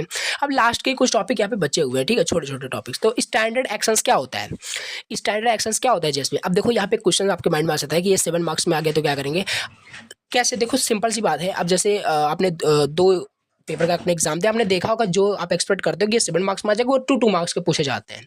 डीबीएमएस में हम जैसे हमने देखा था कि मल्टीपल ग्रैनुलैरिटी के बारे में देखा था, 7 मार्क्स में 2-3 पेज में उसे पढ़े थे, बट आया 2 मार्क्स में, ठीक है। तो ऐसे ही होता है, 2-2 मार्क्स में ये पूछे जाते हैं, और ठीक है। तो जो 7 मार्क्स में रिपीटेड टाइम आया हुआ है, अभी तक तो आया नहीं, बट फ्यूचर में क्या है कैसे वो नहीं देखा। अब यहाँ पे सिंपल समझते हैं स्टैंडर्ड एक्शंस के बारे में, क्या होता है स्टैंडर्ड एक्शंस, कंसेप्ट बताऊंगा, बहुत अच्छे समझ में आएगा। देखो स्टैंडर्ड एक्शंस क्या होता है, standard actions in JSP are the special tags that perform specific task such as including other files, forwarding request or working with a Java beans. These actions are predefined and are used to control the behavior of your JSP page. Here the most common standard actions explain the term. देखो यहाँ पे हम standard actions की बात कर रहे हैं, example से लूँगा। जेएसपी हम क्यों यूज़ कर रहे हैं, डायनेमिक वेब पेज क्रिएट करने के लिए, राइट। आपका ये कोई पेज है, ये आपका कोई पेज है, एक सेकंड नहीं, इसको थोड़ा सा इस तरह से मत, ये आपका कोई वेब पेज है। अब भैया इस वेब पेज में आपको यहाँ पे मान लेते हैं ये आपका क्या है, नेविगेशन बार है, ये आपका नैव बार है, नेविगेशन बार है। यहाँ पे आपका सारा कंटेंट दिख रहा है और यहाँ पे आपका स्क्रॉल बार दिख रहा है, आप सारा अच्छे से यूज़ कर रहे हो। तो ये बताओ, अभी आप जैसे होम पेज पे हो तब भी आपको ये नेविगेशन बार दिख रहा है, राइट। अब अगर किसी दूसरे पेज पे, इसी वेबसाइट के किसी दूसरे पेज पे रिडायरेक्ट हो गए तब भी आपको ये दिखता है, किसी दूसरे पे रिडायरेक्ट हो गए तब भी आपको दिखता है। तो ये बताओ जितने वेब पेज बनाए गए हैं, क्या सब वेब पेज में आपका ये जो नेविगेशन बार है सब में ये ऐड किया गया होगा, रिडंडेंसी आएगी, ऐसा नहीं किया गया। यहीं पे ये सब कंसेप्ट आपका फिर ला के देता है कौन, स्टैंडर्ड एक्शंस आपका जेएसपी में डायनेमिक वेब पेज में आपका यूज होता है। एक बार नेविगेशन यहाँ पे बना दिया गया, जहाँ पे भी भैया हमें नेविगेशन यूज होगा हम उसे स्टैंडर्ड एक्शंस होता है उसका यूज करके हम उसे इंक्लूड कर लेंगे। पहला ही हमारे पास आ गया जेएसपी इंक्लूड। इंक्लूड करता है content of the another file, कोई दूसरा फाइल से नेविगेशन का एग्जांपल लिया, अब इसे हमें रन टाइम पे दिखाना है, इस पेज पे उस पेज पे जहाँ पे भी यूज करना है। देखो हेडर हो गया, फुटर हो गया, मेनू हो गया, ये सब ऐसे। जैसे एक नेविगेशन बार हमारा इसमें बना दिया गया है, ठीक है, ये है हेडर डॉट जेएसपी।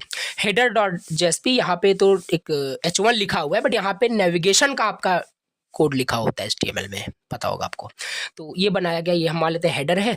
अब इस हेडर को हमें इंक्लूड करना है अपने मेन फाइल में, तो मेन फाइल हमारे पास यहाँ है, तो इसे देखो हम इंक्लूड कुछ इस तरीके से करेंगे, जेएसपी इंक्लूड पेज, आपको यहाँ पे ये वाला करना है हेडर डॉट जेएसपी, राइट, ये हेडर डॉट जेएसपी ये आ जाएगा।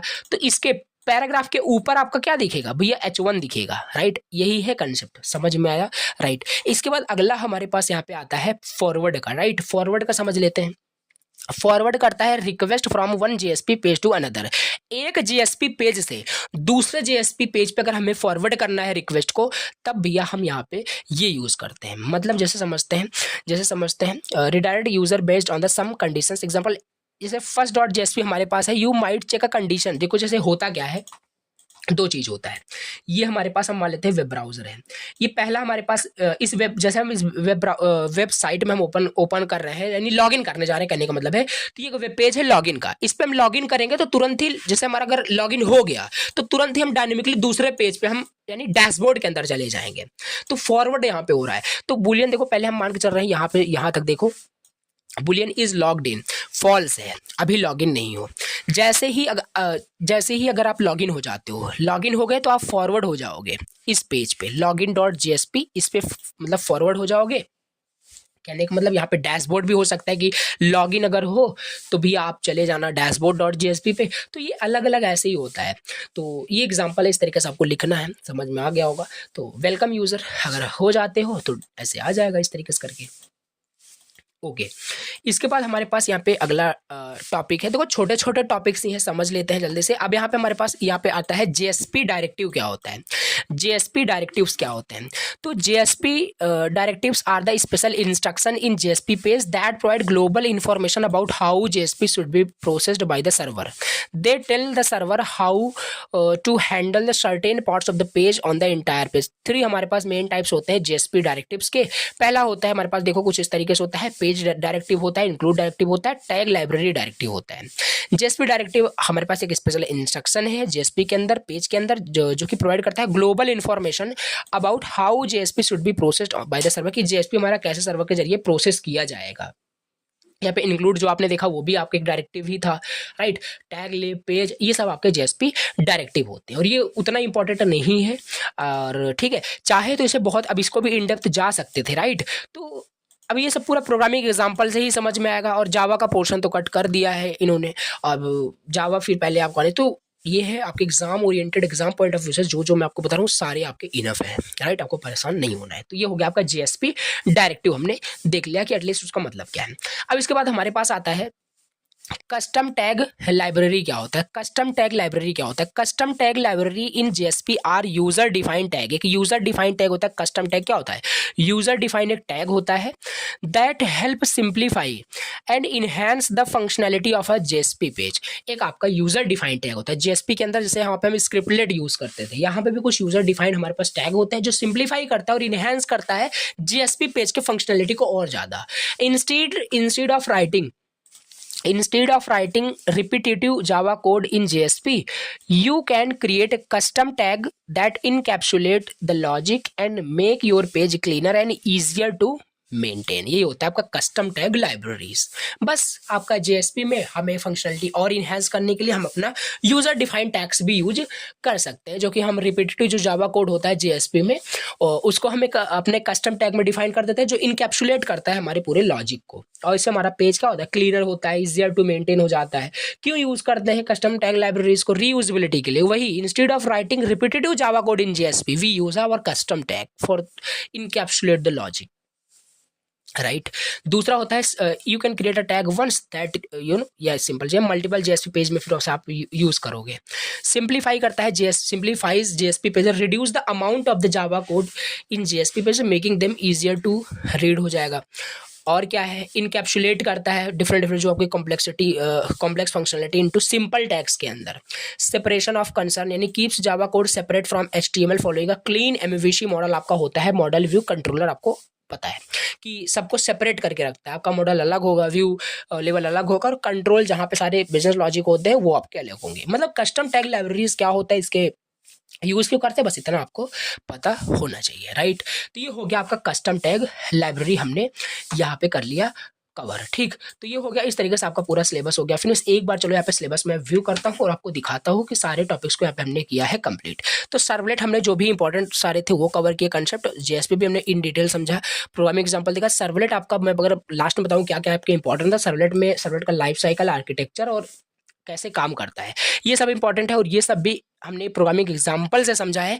एटलीस्ट जो ट्रिक आपको बताया था कि वही 2-4 लाइन अगर याद भी कर लेते हो तो उसी पे सब पे भी अप्लाई कर सकते हो। तो ये सब देख लेना काफ़ी इंपॉर्टेंट है, सर्वलेट एंड जेएसपी। और जेएसपी भी हमने यहाँ पे अपना फर्स्ट जावा सर्वर पेजेस भी देखा था यहाँ पे।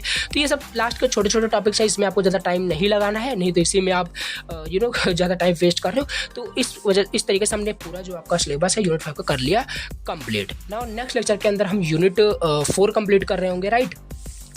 तो वो भी आपका बहुत जल्द अपलोड हो जाएगा। Thank you so much for watching the lecture. I will see you in the next video. Thank